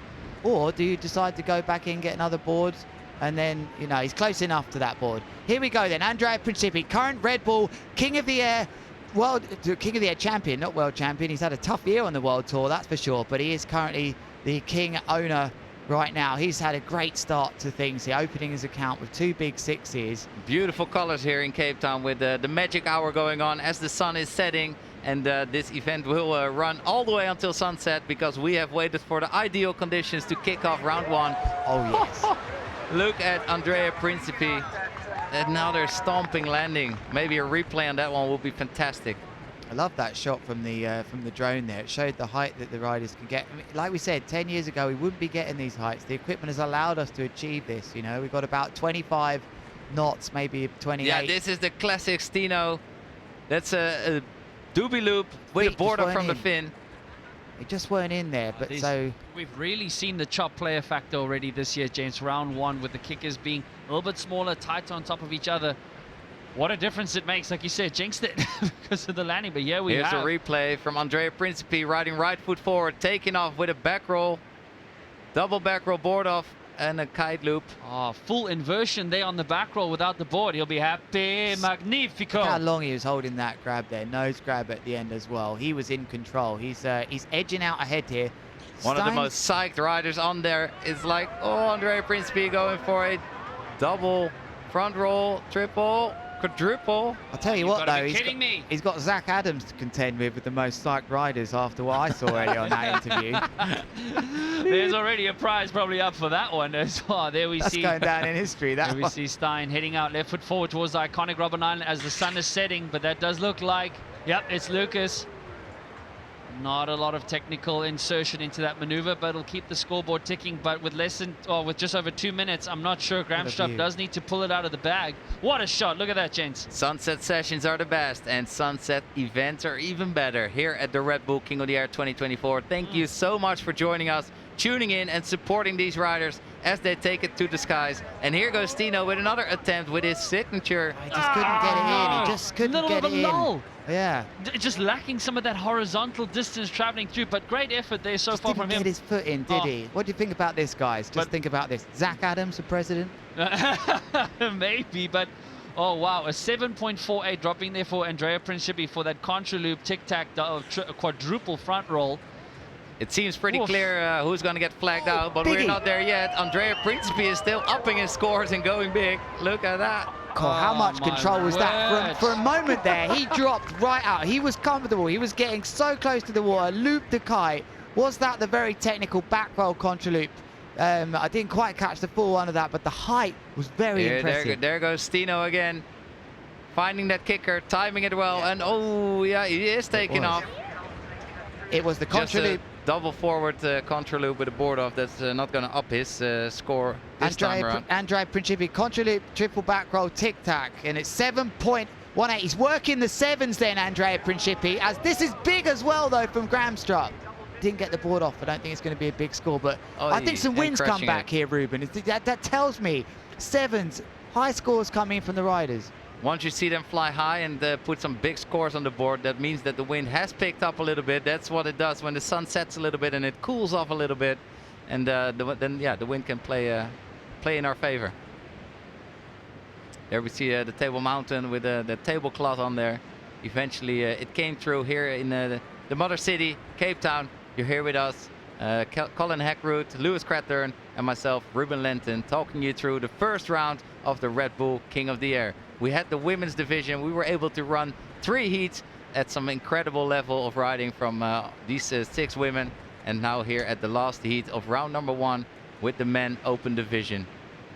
Oh, this has been absolutely brilliant, as there goes the buzzer for the 1-minute transition period. Unfortunately for Lucas, he will be flagged out as he launches just a bit late, but still you hear the crowds cheering him on in this interim period. So exciting to see the rookies here. Yep, and the yellow flag will come down for him. He does have a chance to claw his way back in round number 2. So it's great to know that feeling that at least you can make your way back. But as we've already seen, round 2 is becoming a cutthroat round, where it's just after that you'll be sent home with your bags packing if you don't make it to first place. What can he do here then? Let's look at this situation. Andrea Principi is on fire in this heat against Tino Mal. So what do you think he can do here, boys? He's got more tricks, Andrea, higher scores. Stein, what can he do to try and take over? What would you be thinking here, Ruben? I mean, it's not windy enough for double loops, I believe, which is also, some of these guys' favorite moves. What Tino can do, I mean, he's got Andrea Principi on his hands, so that's no easy feat. And he's got him where he wants him, doesn't he, Andrea? Definitely. No, he's got him in a combo situation. When you saw that he's needing at least an 8.5 points in order to get to first place. Don't think it's going to happen in these conditions. Right foot forward from Andrea Principi, front roll, board off, double rotation front, triple rotation front with a mega loop. He's in the mood. Stoke is winning today, that's for sure. I'll tell you what, he's angry, and when this boy's angry, it's curtains for the others. He's like, they're not catching me, I'm gonna send it. Well, that's big though. This is big here from Stein. Nice there, late back rotation with the nose grab, board off. Oh, that should drop away his 6.08. If I looked at the lines were nice enough. I don't know if he had the height though, so maybe I'm gonna have to go back on that. It was only one rotation though. Yeah, true, but tidy. Committed. I love the commitment, the risk factor I think that he threw into that one. Cloud, look how far down the cloud was in the background there. It was almost halfway down to the city. Wonderful sight then of this sunset. What a moment for even the crowd and all the riders. They won't be thinking too much about the sunset, but here we go then. Here goes Stein. Jumping to the inside, which he needs for his overall impression score for sure, in order to try and take on Andrea Principi here. I think he got done with the wave on the inside. He can unhook as well. Are we going to see that perhaps? You know what, Lewis, when you asked that, I thought a very big high handle pass could be the thing here that maybe puts Stein in, but it's going to have to be high, it's going to have to be big. He's going to need another trick as well, like you mentioned, the combo situation. Yeah. But I think if you look at the kickers, you look at the kind of wind that we have, the handle pass would be the easier one to go for. But on the inside here, Andrea Principi, as the sun has basically set on these gents. Back roll kite loop with a tic-tac there, not too high, but yeah, good for his overall impression score. But does Andrea unhook as well? I don't think he needs it because he's just going so phenomenally big and technical that yes, Tino will definitely have to unhook if he wants to try and up his scores here. At 20 years of age, Andrea Principi already in his 3rd King of the Air, showcasing. Wow. Oh, you know, it's amazing, and he's had straight podium finishes in Gotta the be first wrong. 2. So, Sure about those stats? Doesn't sound right. It's crazy. But here we are, less than 2 minutes. Andrea in the blue vest, Steinmüll in the black. The sun has set here in the beautiful city of Cape Town. There he gets just a little bit of a word. I think he'll be happy with the performance so far. Okay, here we go. Left foot forward, heading towards the sun that has just set. He's unhooked. This is the first ever unhook for Andrea Principi. He's going to take it. Landing it. If this Whoa, is he it, can do it. He can do it. We're talking about Steinmüll, and he's just gone out there and just blown a massive one. He had to show I don't believe it. Stein responding with a front roll board off contra loop, not landing it. First ever we've seen Andrea Principi unhook. What a strength, Colin, is again. He sent that across. It went through the window. It was still pulling. I think he's on the Rebel D-Lab. That thing pulls hard, and he's still, what a strength of training to perform that handle pass. Absolutely. Then it wasn't over. He had to hold on for that kite loop as well. Stein must be like, what have I got to do here to try and get back into this thing? I mean, not only Stein is like, what am I going to do? But I think this is a message from Andrea to the rest of the fleet. To the rest of the fleet and the judges to see I am the most complete kiteboarder in the world. I go the biggest, I go the most technical, and I do handle pass as well. I do unhook. So let's see what he's got for us here. Oh, here's a replay of that handle pass. He unhooks straight on the arm strength. He flicks himself up, passes that pass. He had a lot to do. And I got to say, boys, a lot of people in this industry thought that unhook riding was over, you know. No. But it is here to stay. And it's a bit of a crash there from Stein. It is here to stay. There is a reason why it's so respected. It's still included in the big air discipline, and it is strictly unhooked and hooked. Yeah. And I cannot wait to see the riders going from hooked to unhooked. This is something Aaron and I came up with, I think 10 years ago, doing your mega loop and then unhooking midway, halfway through, and then doing the handle pass. But that is the end of heat number 6 in round number 1. Wow, round 1 done and dusted, and look at Andrea. I almost want to say saving quite arguably the best for last. But what a performance there by these three gents, with Lucas being flagged out. But 5 King of the Air appearances now between these two riders in the blue and black vest. Unbelievable. They will be super stoked with the performance. And gents, it'll be interesting to see the scores here. You know, if you look at these 2 7-point tricks and a 6.7 here from Andrea. Yeah. Andrea incidentally scoring the highest ever total score at the King of the Air in last year's finals. Let's go through these highlights then as we come to brilliant. closes. Andrea Principi, we've just seen an absolute statement. He's just stomping every trick and then claiming it, and then so stoked and psyched, and you're like, yes, I got it. It's incredible. What an energy. Gramstrup just couldn't put it together, unfortunately for him. And Stein, he also had pretty good. There was just nothing that you could do in the end for Andrea Principi. But there you could see what it takes to advance to the next round in order to get a chance of grabbing this title, in order to call yourself Red Bull King of the Air. You need to control your high jumps, you need to control your rotations, you need to control your board offs. You need to be the most complete extreme big air rider in the world. And thanks for checking it out with us. It's almost like they've timed this to perfection today as the sun set and the sun comes down on incredible. What a dramatic day. Those said there wouldn't be wind today, that it wouldn't happen. But here we are after an incredible rounds run for the first time in the women's division. There are the results. We have to clarify those results. A whopping 29.3 to 23.36. That was a destruction in that heat. And once again, I want to repeat, that was a message to the rest of the riders. Well picked up on there. Guys, that was performing all of those moves. He's up for this. But who had the highest scoring heat of the day and the highest overall impression score of the day? So if I'm looking here, Ruben, I look at a 29.58. So from Jamie Overbeek in heat number 2. I'll have to get back to you on the overall impression score. So that's someone got into the 30s. So we'll check it. In the women's heat, we did get into the 30s. So the women definitely dominating here so far. But I'm seeing a 29.58 from Jamie Overbeek to take the highest score of round 1. Wow, very impressive. Kiteboarding's come on so far to see the evolution go this far, that 25, I think we probably topped out at 27 or 28 knots today. We've had foils out there. We've had so much entertainment for all of these people coming down today in this beautiful location here at Kite Beach in Cape Town. You've joined us as well. online, and we're so grateful that you have done, and you've waited patiently, and it's a great message as we see here. Stein, who knows he will go in against Nathan Texier into heat number 10, boys, but he done as good as he can. I mean, it was unstoppable, Andrea Principi. No, it was, and yeah, just some feedback as well. Heat number 3 saw the highest overall impression score of a 8.26 from Lorenzo Casati.